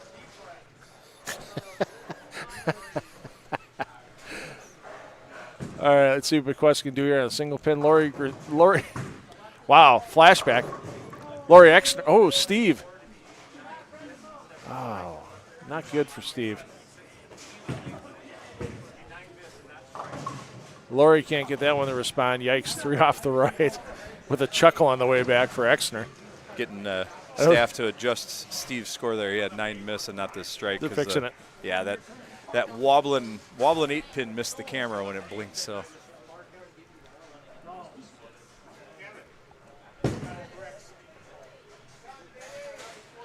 Ken Miller right on top of things for you there. Hey, you know. Good to see Ken here. Yeah, Ken just had knee replacement in his left knee, and he said he's been feeling great. I saw him come in, talk to him for a minute about it. He's feeling great, doing well. Ken has been a staple of our Summer Sweeper Series for several years. And, you know, very thankful for Ken because he keeps count occupied. And it keeps count out of people's hair by taking his money in cribbage. Actually, Rob Kenny kind of keeping count busy right now, so I don't know if they've got about the same color hair. Rob Kenny still has his wallet in his pocket, right? He's not trying to invest in something that counts telling him about. His phone is on the table, so I don't know what's going on there. I mean, you might be paying him in crypto. So let's see what Sellers can do here. He's having some struggles. That buzzard frames 2 through 4. Not doing him any good. Three strikes in a row is a turkey. Three spares in a row was a Cornish hen. Right. You didn't know that. And then 3 opens in a row was a buzzard. Bo Burton coined that back in the 70s. That might be the 47th Bo Burton reference I've heard from you. There's a few. Okay, I like it. There's a few. D'Artagnan, however, found it there in the middle of the lane, which is as the lane develops, it can be there. And if you can find it and punch it here for, put 3 in a row for the turkey, the aforementioned. Yeah, so John Halaska, he's going to be done because he's going to max out at about 180. Riley and Ian looking pretty good. We'll get back over there in a moment after Leo's throws starting here. to put it together. He had 2 opens there. I really put him into gotta-go mode, and he's punched the next 2, so we'll see what happens here with Leo, see if he can put 3 together. At this point, he needs about 5 with those back-to-back opens. Yeah, Leo, our only bowler right now, catching 0 for a handicap. Klaus should fire first before Voss. Voss is deliberate in his pre-shot routine. I've been reading off the standings after each round, and I keep getting Klaus and Voss next to each other, and it's been entertaining. Linguistically entertaining. I remember when Ian Klaus had pride in his bowling. As he carries another crossover. Well, here's what you mentioned before, where the open frame late in the round of 18 cost Leo Voss his comfort pair that he shot a big game on. Yep. He gets no handicap. Then he goes next door to 5 and 6. Well, it is next door now for 5 and 6. Ooh. Riley, put that almost to the gray boards. Oh yeah. Still got a 9 out of it. He's got a good spot there, running right up the gutter. Stud just crushes the pocket in the 10th when it's too little, too late. Voss gets 2, but yeah, it's going to be a big problem because right here is looking like 2 of the 4 spots. Yeah. Riley, focus, make the single pin here. Deuce. Yep, because that'll give him choice on the championship pair, which doesn't play into too much. But yeah. Lori Exner, pardon me as I go for maiden names. Oh! How about it? Oh! How about it? Clean up on aisle 6. She can still get 202 scratch. Lori catching 32 pins of handicap. 2 scratch would put her in a good place. 202, yeah, that would definitely put her in the top 4. But it's a long way to go. Rooting for you, Lori. We need a lady in the finals on Queen's night.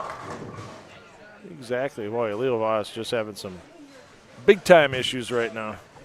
Yeah, that's interesting how that played out where, just one slip up in the round of 18 causes an issue in the round of 9. Yep. Ooh, and D'Artagnan just gets that 3-pin out of the 3/6. Oh. So Bequest throwing lumber around like he's 20 years old. I think Ian Kloss was jealous about Bequest's carry on that shot. sweating like 4 20-year-olds as well. Let's see what unique way Kloss can carry here.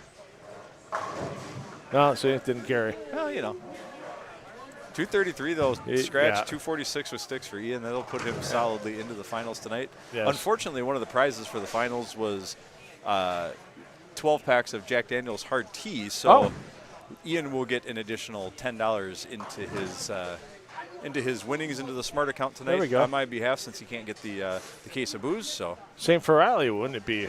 same for Riley. Yep. Yep.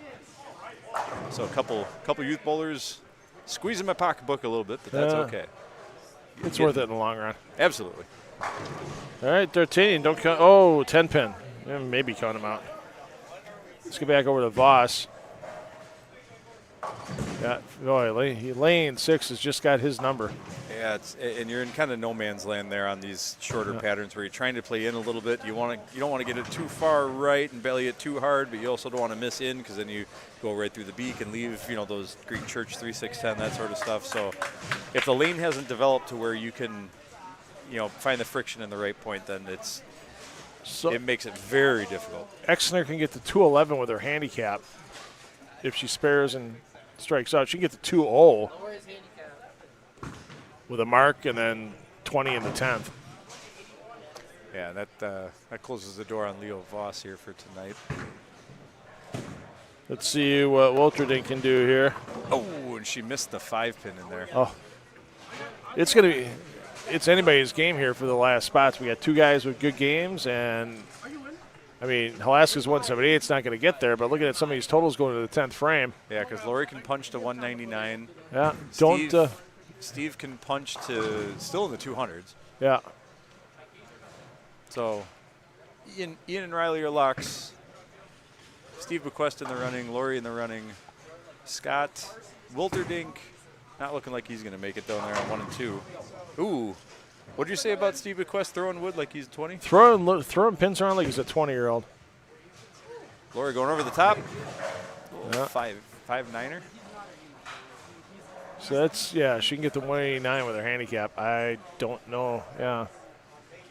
Leo can't get there. Steve can get past her.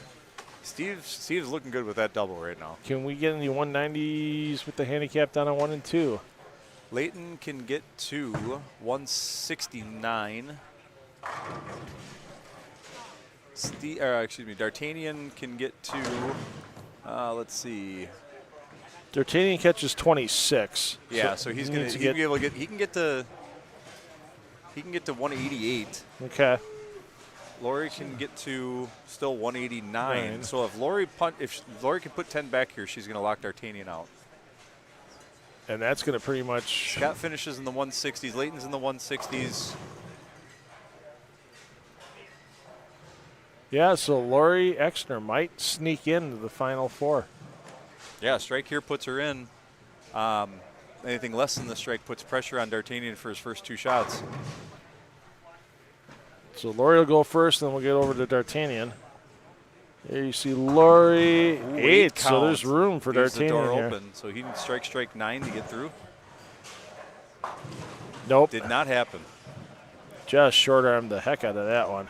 It's like I couldn't have written the script better. It's Queen's night. We got a lady in the finals. Now here's the question. If Bequest opens here in the 10th, can D'Artagnan still get in? Well, D'Artagnan's got a tough spare to make. He's got a washout, which he missed. Almost got it. Bequest, and then Bequest almost 7. washes out. You got that 10 out late. So 160, 170, 180 with his handicap. 160 he'll add 13, 173, 183 with his handicap. This just in. Leo Voss found it. Yeah.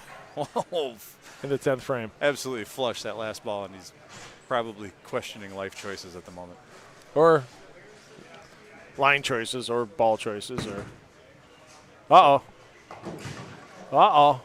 So D'Artagnan finished 167. 188 for Steve with his handicap. Okay, so Stephen, Laurie, Ian, and Riley unofficially. Unofficially. Kevin's going to go check scores, and we'll be back with our top 4. We'll get some cameras in place here. Give you that good-looking Final Four, as always, here from Country Lanes. This is the American Place Casino Summer Sweeper Series, our top 4 final. Coming up in lanes 3 and 4 next.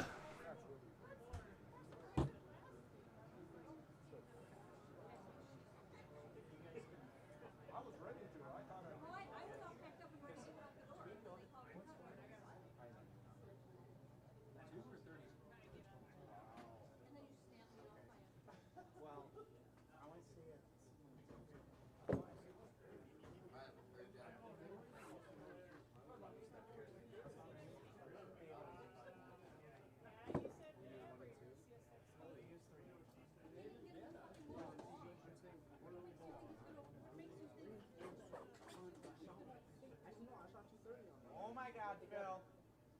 New camera angle. Ego. I got egoed by Phil.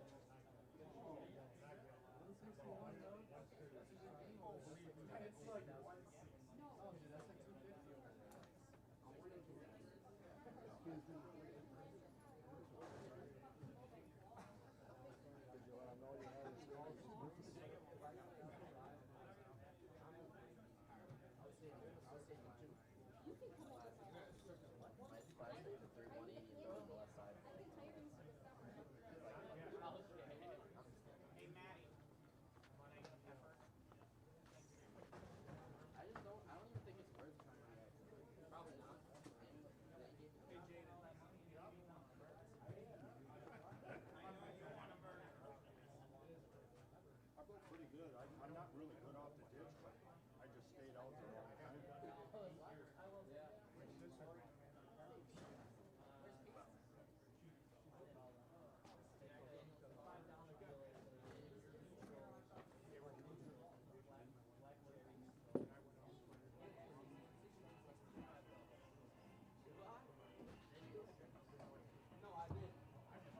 All right, Boulders. Results from our round of 9 tonight.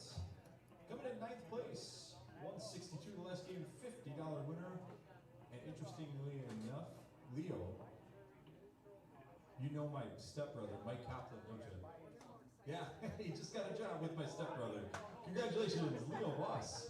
I have a 40-minute drive still. Number 8 bowler tonight, 165 in the last game, $55 winner for Mr. Scott Wilterdink.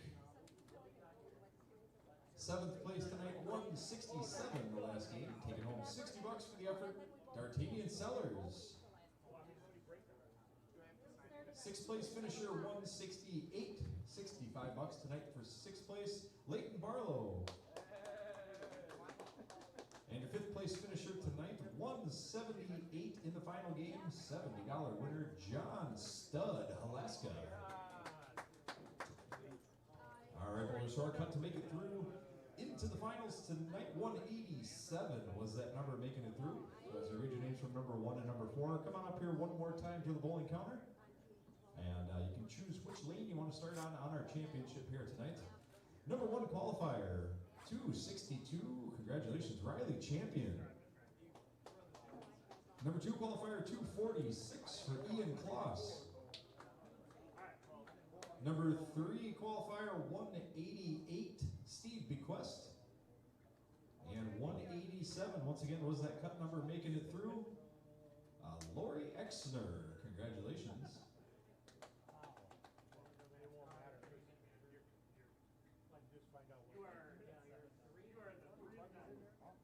All right, top 4 bowlers.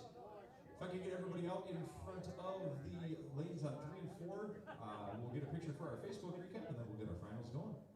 It was fun. We'll see you. Yeah, it sounds like we'll maybe see you next year.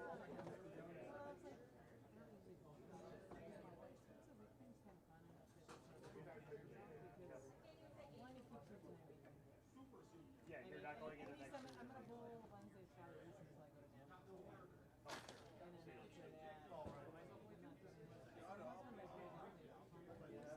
Oh, so you're like, so I'm like, well, I might as well go bowling.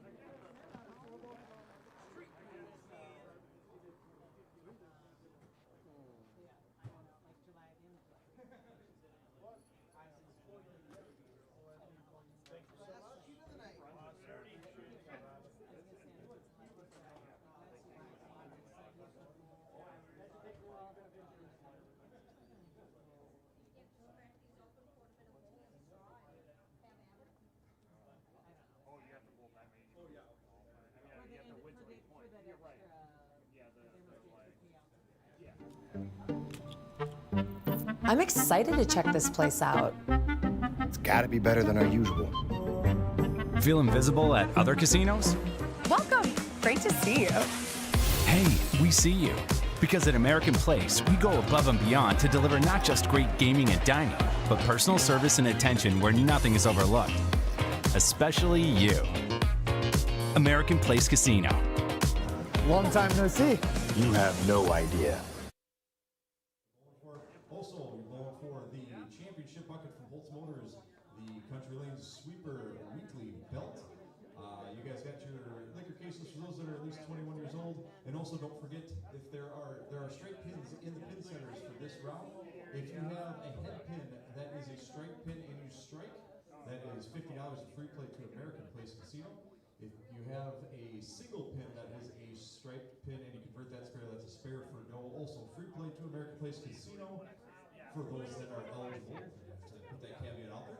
So once you guys are all four ready to go, you can push the blue check marks and then next, and then play on both those scoring stanchions, and that'll get your 3 minutes of practice going here for the championship match. Congratulations once again.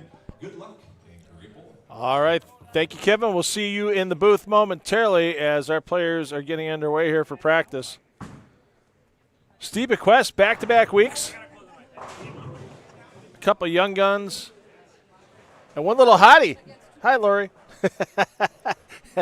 Lori Exner. Rounding out our top four. Lori, our first female.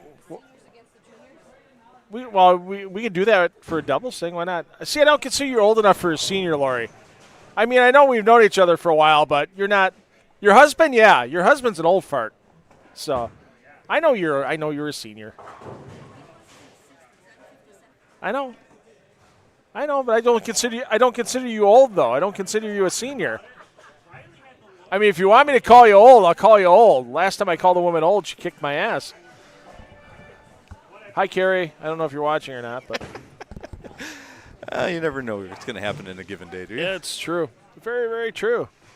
So we're underway with practice here. Hey, Kev, take a look at that angle. I Ooh, like look at that, up close and personal. Hey, it's like the Bruce City Bowling Show shot. A little bit. I got to put the names in with handicaps. Oh, yeah, I'll be let's right do back. that. Thank you.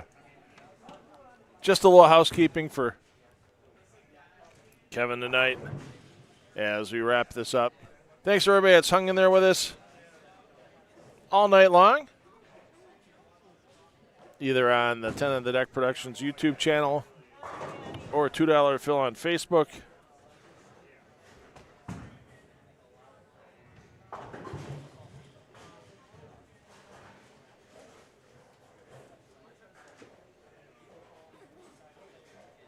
Now I got to catch up with the comments. Catch up with the comments on Facebook here. Amber Gehrke, thanks for sitting in the booth tonight. She says, shout out to the high school kids. Go Riley champion. Also says, go Lori Grisanti Exner. I think a lady should win in the Queen's pattern. I think Kevin said the same thing.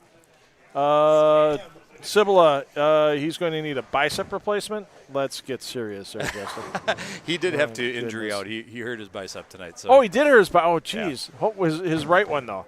Because he usually flexes with the left one, doesn't he? He does, yeah. So he can still flex. So, all right. Flextacular action shall be happening. I got my sound effects ready again, Phil. We got new camera angles. We got sound effects. This is a professional production. As professional as I can get on a Wednesday night here at Country Lanes in Franklin. There's the security cam view. I think I gotta clean the lens on that one. I think with it not being on all week, I think it attracted a little rosin from the bowlers as it gets up in the air. Because you can see from some of the laptops here how dirty. Oh, yeah. Yeah, so, I mean, rosin just gets everywhere. Obviously, you know, as a bowling center proprietor. You probably go home out of here some nights and, you know, there's rosin on your hands and, you know, from cleaning up, that kind of thing. So I would say the more frequent one is like when you get into a entertaining fix on a machine and you're just like head to toe grease. That's always fun. We got a fun matchup here for the finals. I mean, we don't not a huge disparity in handicaps. You know, they're all within a mark of each other basically. So this should be an entertaining one. I mean, my hope is we get a lady winner on Queen's Night, I suppose, if I can be biased in the booth. Absolutely. Hey, you own the joint. You can be as biased as you want about anything. Go, Lori. So So here we go. Steve looking for redemption from last week. We got to the finals last week, and Steve had himself a rough finals. So ran out of gas. Look at that. You can see the bucket, the belt in the background there. I love this camera angle, Phil. This is fun. Yeah, I like this one. We'll have to play around with it a little bit as we get from week to week. As you can see, once Steve started crawling, the old guys don't use much approach, so scalped him there for a second. That's all right. Opening shot. And hey, Steve. Looking for that redemption. He's going to give it his all here, no doubt about it. See if Lori can match. Boy, she's just got that ball going longer and longer, it seems like, as the night goes on. Now, obviously. Which is almost the exact opposite problem that a lot of people have. They're seeing the friction early and hooking through the face. So Riley was able to play, right up the, like about the 3 board over there on lanes 9 and 10 for the eliminators here. So see if he can hold that same line. Not on that shot. Well, you can hold the 3 board. It's just not going to get all the way back to the pocket. True. That needs some help. Yikes. We were talking earlier about getting a jersey for Leo, and I think Riley needs one too. His favorite band, I heard, is the Plain White Tees. Good night, everybody. If he starts singing, "Hey there, Delilah," be sure in to the tip booth, your waitress. Yeah. If he starts saying, "Hey there, Delilah," in the booth, we're in trouble. I can't stand that song. A little backup shot at it. Not quite enough. Or I should say too much. See if Ian can carry his strike magic over from 9 and 10. Definitely playing a different area of the lane here. So yeah. Almost right on top of Lori. That's why I'm thinking where maybe Lori might get in a little trouble here, because if Ian fired off 5 or 6 shots that deep where other people hadn't played yet, and Lori's there, yeah, that could be a little. Yeah, with throwing urethane and getting a little push down. Yeah. Now we got a couple possibilities for the American Place Casino free slot play. Ooh, Lori with a swisher strike on 4. I'll leave that for you. All right, Leanne. Do it, lady. Oh, we were close to a jackpot shot there. 3-pin for Steve, but how about that opening double? He's got a lot of pep in his step compared to last week. Right. Well, let's see what Ian can do here. You see that profile? Both hands wrapped around about 90% of the circumference of that bowling ball. It's good math term, circumference. Well, you can't put her over the well, you could put it over the diameter of the bowling ball, I guess, but the diameter is going right through the middle. That'd be a little tough. That would be difficult. That would hurt. See if Riley makes an adjustment here, or if he tries to play them both the same way here. Looks like he got it in. Oh yeah. Overcorrection. Yep. Overcorrected wow. his way to one of the longest strikes you'll see. Well, then you see Ian Claus start shaking his head. Really, Ian? Do we have to remind you of a couple you carried last game? Oh, wow, and then the big mess.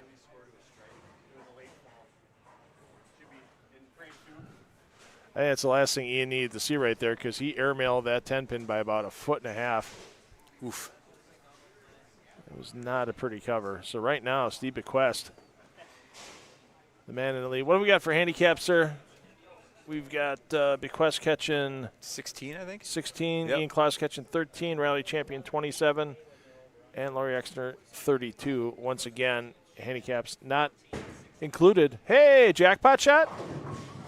The pressure was too. Steve was 1 of 2 of those last week. We're now. Unfortunately, that gets the all. 2 of 7 now on the season. Yeah. We are not hitting it well. Ooh, Lori's hitting that push down in that zone. Yeah. I wonder if she's got something a little more aggressive in the bag, but then again, if it's more aggressive.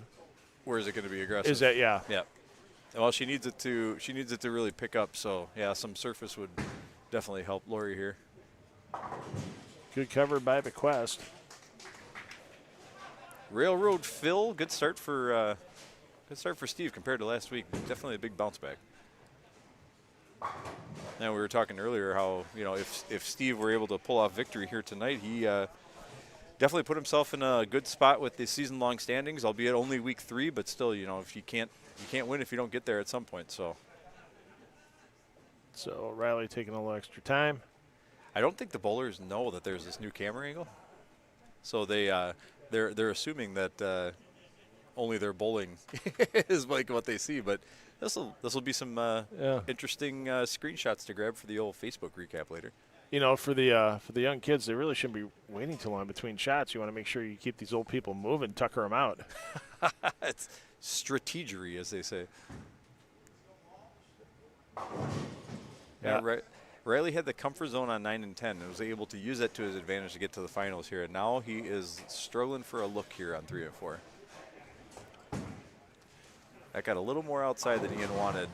Made it back to the head pin, though, because he was playing right about 12 at the arrows before. That hit about 11, 10. And on these shorter, flatter patterns, you know, half a board difference makes a big difference. So Riley's got wide left, squash, wide left. And that wide left again. You got a resin ball in your bag there, Riley. You might want to consider moving to it. What do you got to lose at this point in time? Yeah, right. Yep. You got to give yourself a chance to strike, and that ball definitely not giving him a chance to strike. We've got dueling 3-pins, matching threes here. Bequest looking to keep his commanding lead at this point. Oh, rocking the Pro Comp jersey. Wrap 10.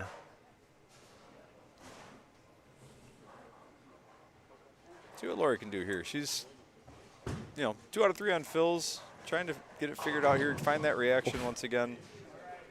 And if she get them hands up, ladies and gentlemen. Everybody, put your hands up. It's summertime. Bowling alleys need support. You don't get 2 drinks with having both hands in the air. I'll give him 2 drinks. I'll give him 2 ice cubes in 2 different shot glasses, and you can have the water eventually. Get out of here. Oh, all over. Oh! All sorts of drama. Yikes. I wish that would have been a striped pin. That would have been a lot more entertaining. All right. Yeah, I would look. Hey, nothing wrong with giving somebody $50 and free play at American Place Casino for a spare for dough or a jackpot shot this year, thanks to our friends at American Place once again. Conveniently, it seems like the striped pins are only coming up when those of age to go to the casino are bowling. So that makes it nice and convenient. Good shot there from Ian.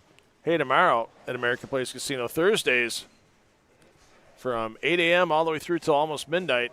If you're an American Place Casino Rewards Club member, get 500 same-day points on your card, get an extra $5 in bonus free play.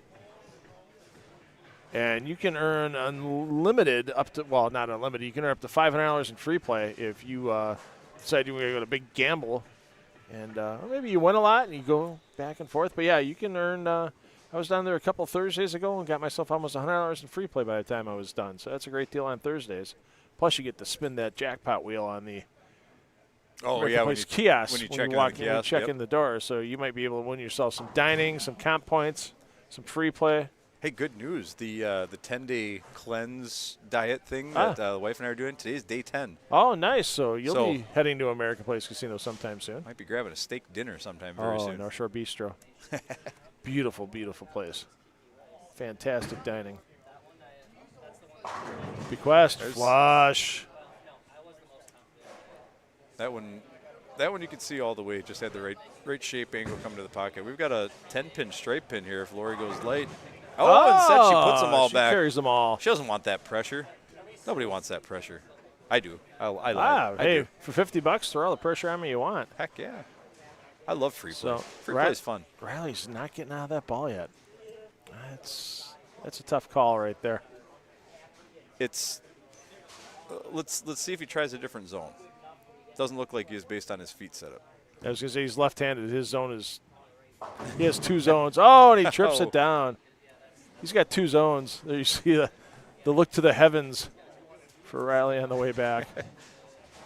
He's got to learn from that shot, though. That one picked up and went straight through the face on him. So Ian, flush city there. Good start here for Ian. 4 out of the first 5. He is probably thinking about that 10-pin that he missed a mile wide, but – oh, a little flash from Riley there. I think you might have forgotten that this is all recorded. Right. Streamed on the internet forever.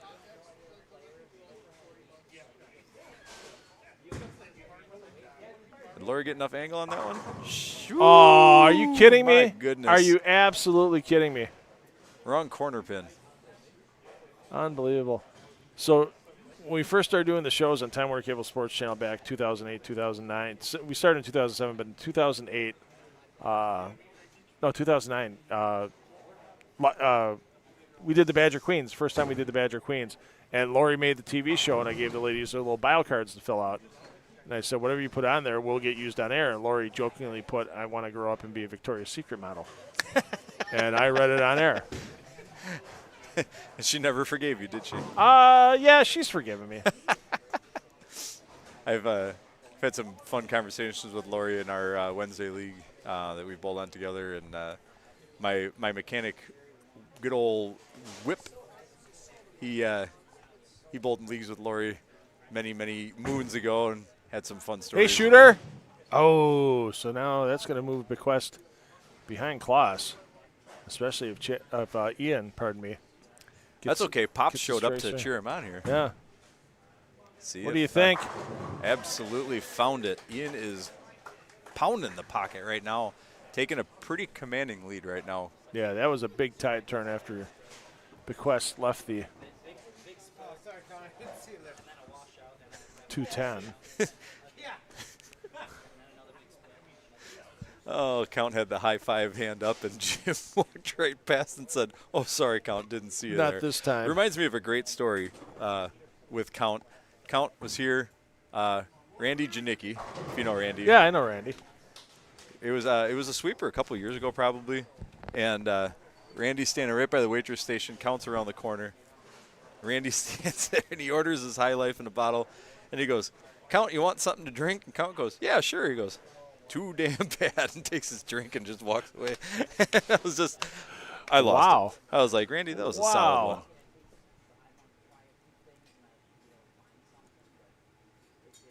See if Steve can keep a little bit of pressure on after that near split make.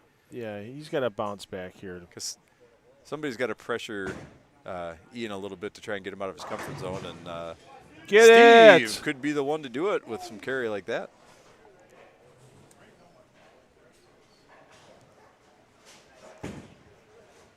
That needs help. Over the top.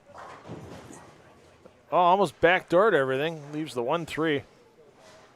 Makeable spare. Keep the spare train rolling. That's important here because anybody can fall off one of those strike strings at any point. So, speaking of, see if Riley can find it again here. Does the eagle on Riley's shorts look eerily like an Eagle Rare bottle to you?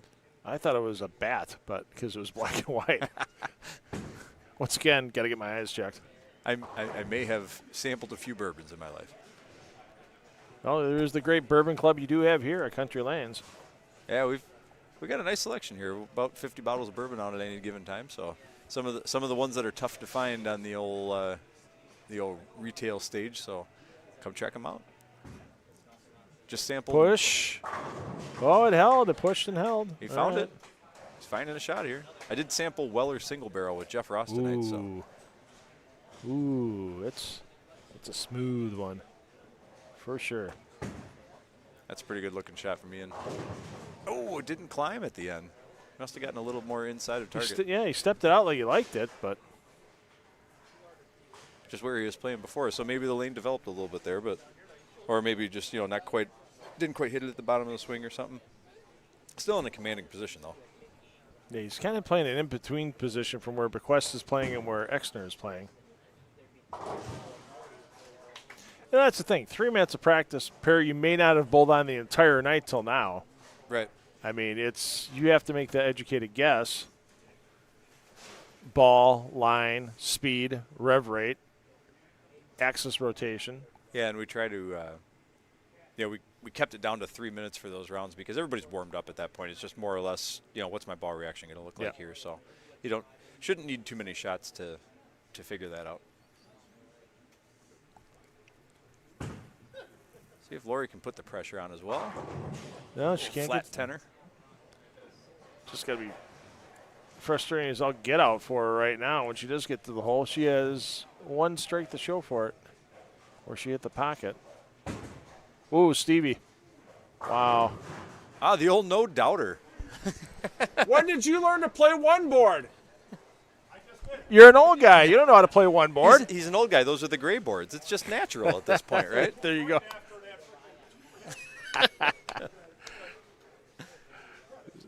Yeah, so there you go. I mean, we did see Leo Voss playing out there earlier. Yeah, you do see where the dry's at. You do know there's friction at 38 feet. Shows how good your oiling machine's working when a ball responds off the one board on the pattern like it's supposed to. You've got that between you. Well, you yourself and having Eric Pearson, of course, as your lane conditioning guru, to a point. Yeah, thankfully we can't oil out to the one board. Yeah, but even so, I have learned a lot from that man. I learned that the machine we have now has. Oh no. Ooh, Yep. Way over the top 4-pin. It almost seemed like his hip collapsed or something was out of whack on the lower body when he was coming through on that shot. Yeah, that'll happen more as you get older. That's my theme for the night, by the way. Ian comes right back. Took a second look at his messenger there. Yeah. Is that going to stand up? What's Stand going it on? up. Now, the oiler that we have actually does have variable mic streams on it, but it's like a hidden feature in one of the patterns because it was before that was a big thing. So Okay. we instituted that into our house pattern this year, and kaboom, scores went off the roof. So, 4-pin convert there for Riley. So we're really looking at like Riley and Ian here for the battle for the top spot. I mean, Steve right in there though with this this double he's working on here. If he can Steve's put it gotta together, go. it's going to be close. Yeah, Steve's got to go yard. Let's be honest. I don't see both those young men. Is he going to tickle the Oh, one board geez. again? No. He's got 3 boards, and they all have arrows on them, ladies and gentlemen.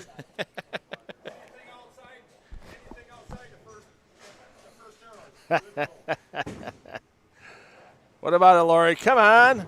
There we go. Hey, we're picking up the scoring pace here coming into the 10th frame. There we go. So Lori is catching 32 pins of handicap. Her max right now would be 235. Ian's catching, let's see, he's got 13 pins. So his max right now would be he'd be in the 250s. Steve, how many pins does Steve have? Steve's got 16 sticks. So he could also be 250s. Riley with 27 pins. Help. Up. Probably aren't going to help, unfortunately. Yeah. Yeah, it's going to end the chance at the championship for Riley.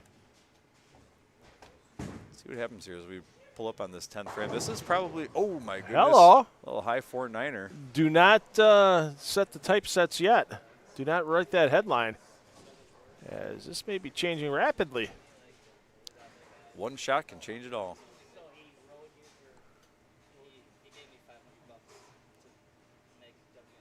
This is our first really close finals of the year, I believe.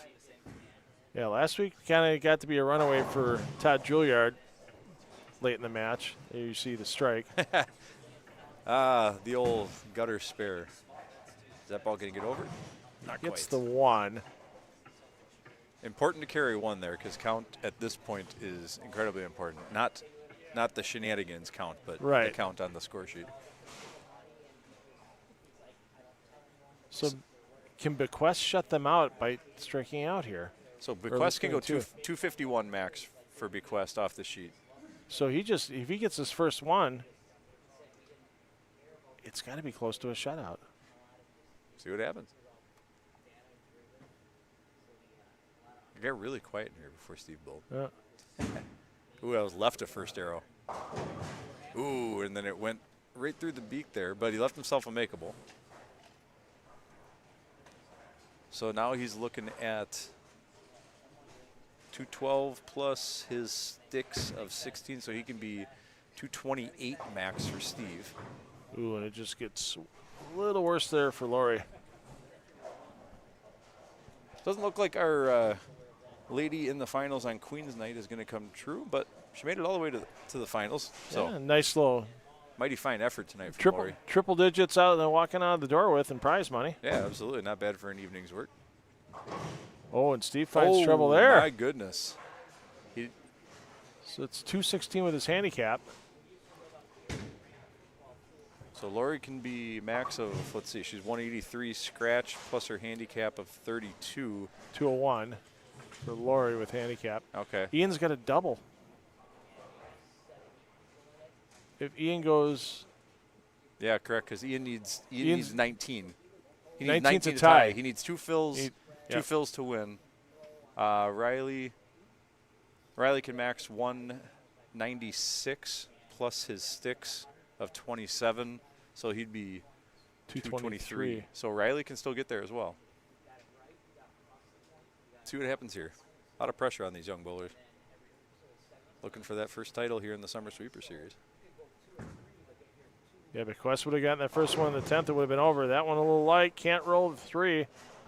Still rolling. Oof, didn't quite get there on the rolling messenger. All right, Ian Kloss. 2 fills to catch Steve. Shot of the summer here for Kloss. That's a good shot. So now Riley's max 185 plus his sticks of 27, so he'd be 212. So yeah, he'll be third. Riley out of the crown this week. This is a big shot here for Ian. So if he leaves himself a makeable, still in the running. I could go for a 1-ball roll-off tonight again. How about you? We've had it 2 rounds so far. Why not another one? Oh, my goodness. Wow. He has to spare this up to win outright. 9's a tie. 9's a tie. 8 or less, and Bequest wins sitting on the bench. Well, this is a big drama moment here. We haven't had one of these in quite a while in the Summer Sweeper Series, so let's see what happens here. His dad just hollered out, nothing lost, and that's true. It's no different than in 9 right now. You just need to get the spare. It's just a lot more pins involved. Ian looked like he heard his approach a little bit there. Woo. 1-ball roll-off. Kevin, you want to go handle the announcements on that? I got to go handle that one. All right. I'll be back. There we go. 1-ball roll-off coming off between Steve Bequest and Ian Kloss. So Ian was the higher seed coming in, so he will get to choose the order.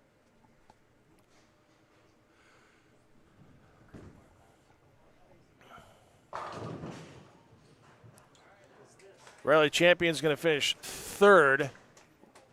Lori Exner is going to finish 4th tonight. We just need to figure out the 1 and 2 spots, and Kevin will be announcing that in just a moment. While we have the chance, once again, it's not only the $2 in cash on the line tonight, it's also the Champions Bucket from Holtz Motors. For the title in the title match here, so what we're going to do, we're going to turn the scores off here, and we're going to turn lanes 3 or 4 on. We are, for our 3rd time tonight, having a 1-ball roll-off to break a tie. Who was the higher qualifier coming into that round? Was Ian? All right. No, it's between Ian. It's between Ian and Steve. So Ian, you get choice of lane if you want to bowl first or second. Okay. Steve, you are going to be bowling first on lane number. So we'll count this one here, see what shapes up. Ian gets his shot. We'll see who moves on. Or sorry, see who gets the belt tonight. You see it in the background there. You see the belt on top of the Holtz Champions Bucket. 1 ball to decide it all for Steve Bequest and Ian Kloss.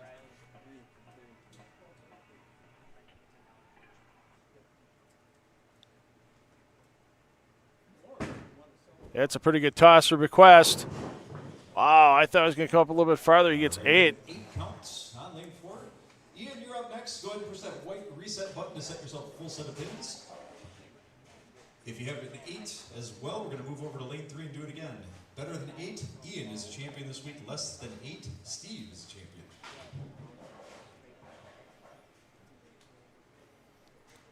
There you heard it right from Kevin. The situation is 9 or better.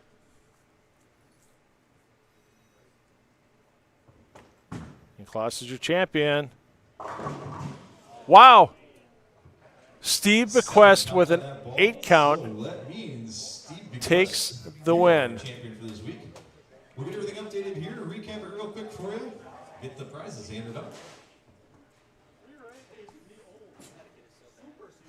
And I'll tell you what, that's going to put Steve Bequest on the top of a lot of points lists here for the Summer Sweeper Series. The scratch, the senior, and the overall will all be led by Bequest after the first 3 weeks of this series. What an unbelievable finish.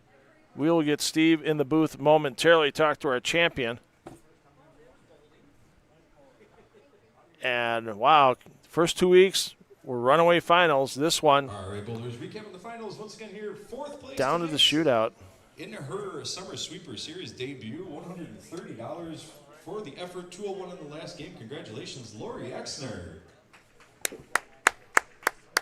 3rd place tonight, a total of $165, which includes that extra $10 for Riley Champion. In 3rd place, Riley, to your smart account.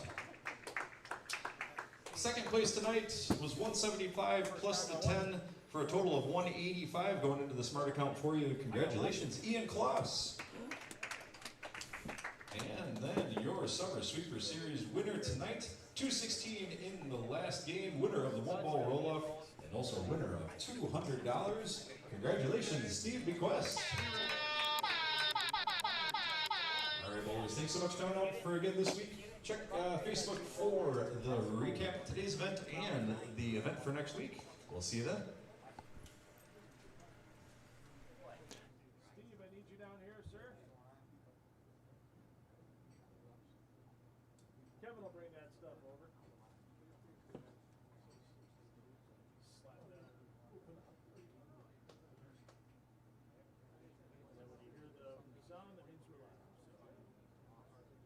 All right, and now joining me in the booth, they say cats have 9 lives. Who knew that Bequest would have 9 lives as well tonight? Steve Bequest, 2nd week in a row, making the top 4 finals and literally gunning it out in a roll-off.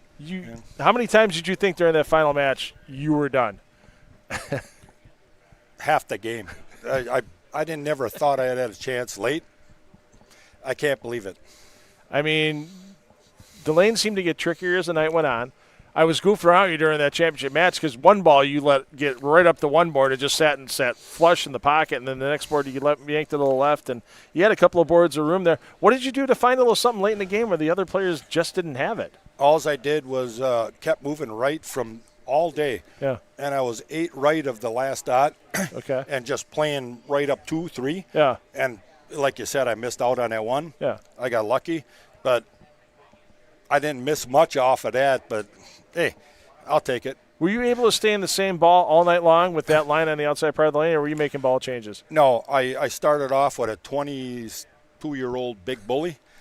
Nice. And after that, I went to a Columbia Beast pin down. Okay. From Chad. And all I did, it hooks less, but I was able to go a little bit further right with it and just go straighter. Okay. Well, hey. Show sometimes experience works even in a bowling ball, right? Hey, no Super doubt Senior's about it. got something. So, well, hey, Super Senior, is this your first sweeper win, Steve? First one. Oh, and you've been bowling the awesome. series for like 3 years, haven't you? Yeah, every week. Congratulations, Yeah. Steve. Yeah, Steve has been a mainstay in our series, so just goes to show persistence pays off, even in Super Seniors, right? Yeah. Me and Lori's a senior, I'm a super senior. It was nice. We were talking about it. We were hoping one of us got there, but there you go. Yeah, well, we had the lady in the finals for the Queen's Pattern, the weekly belts.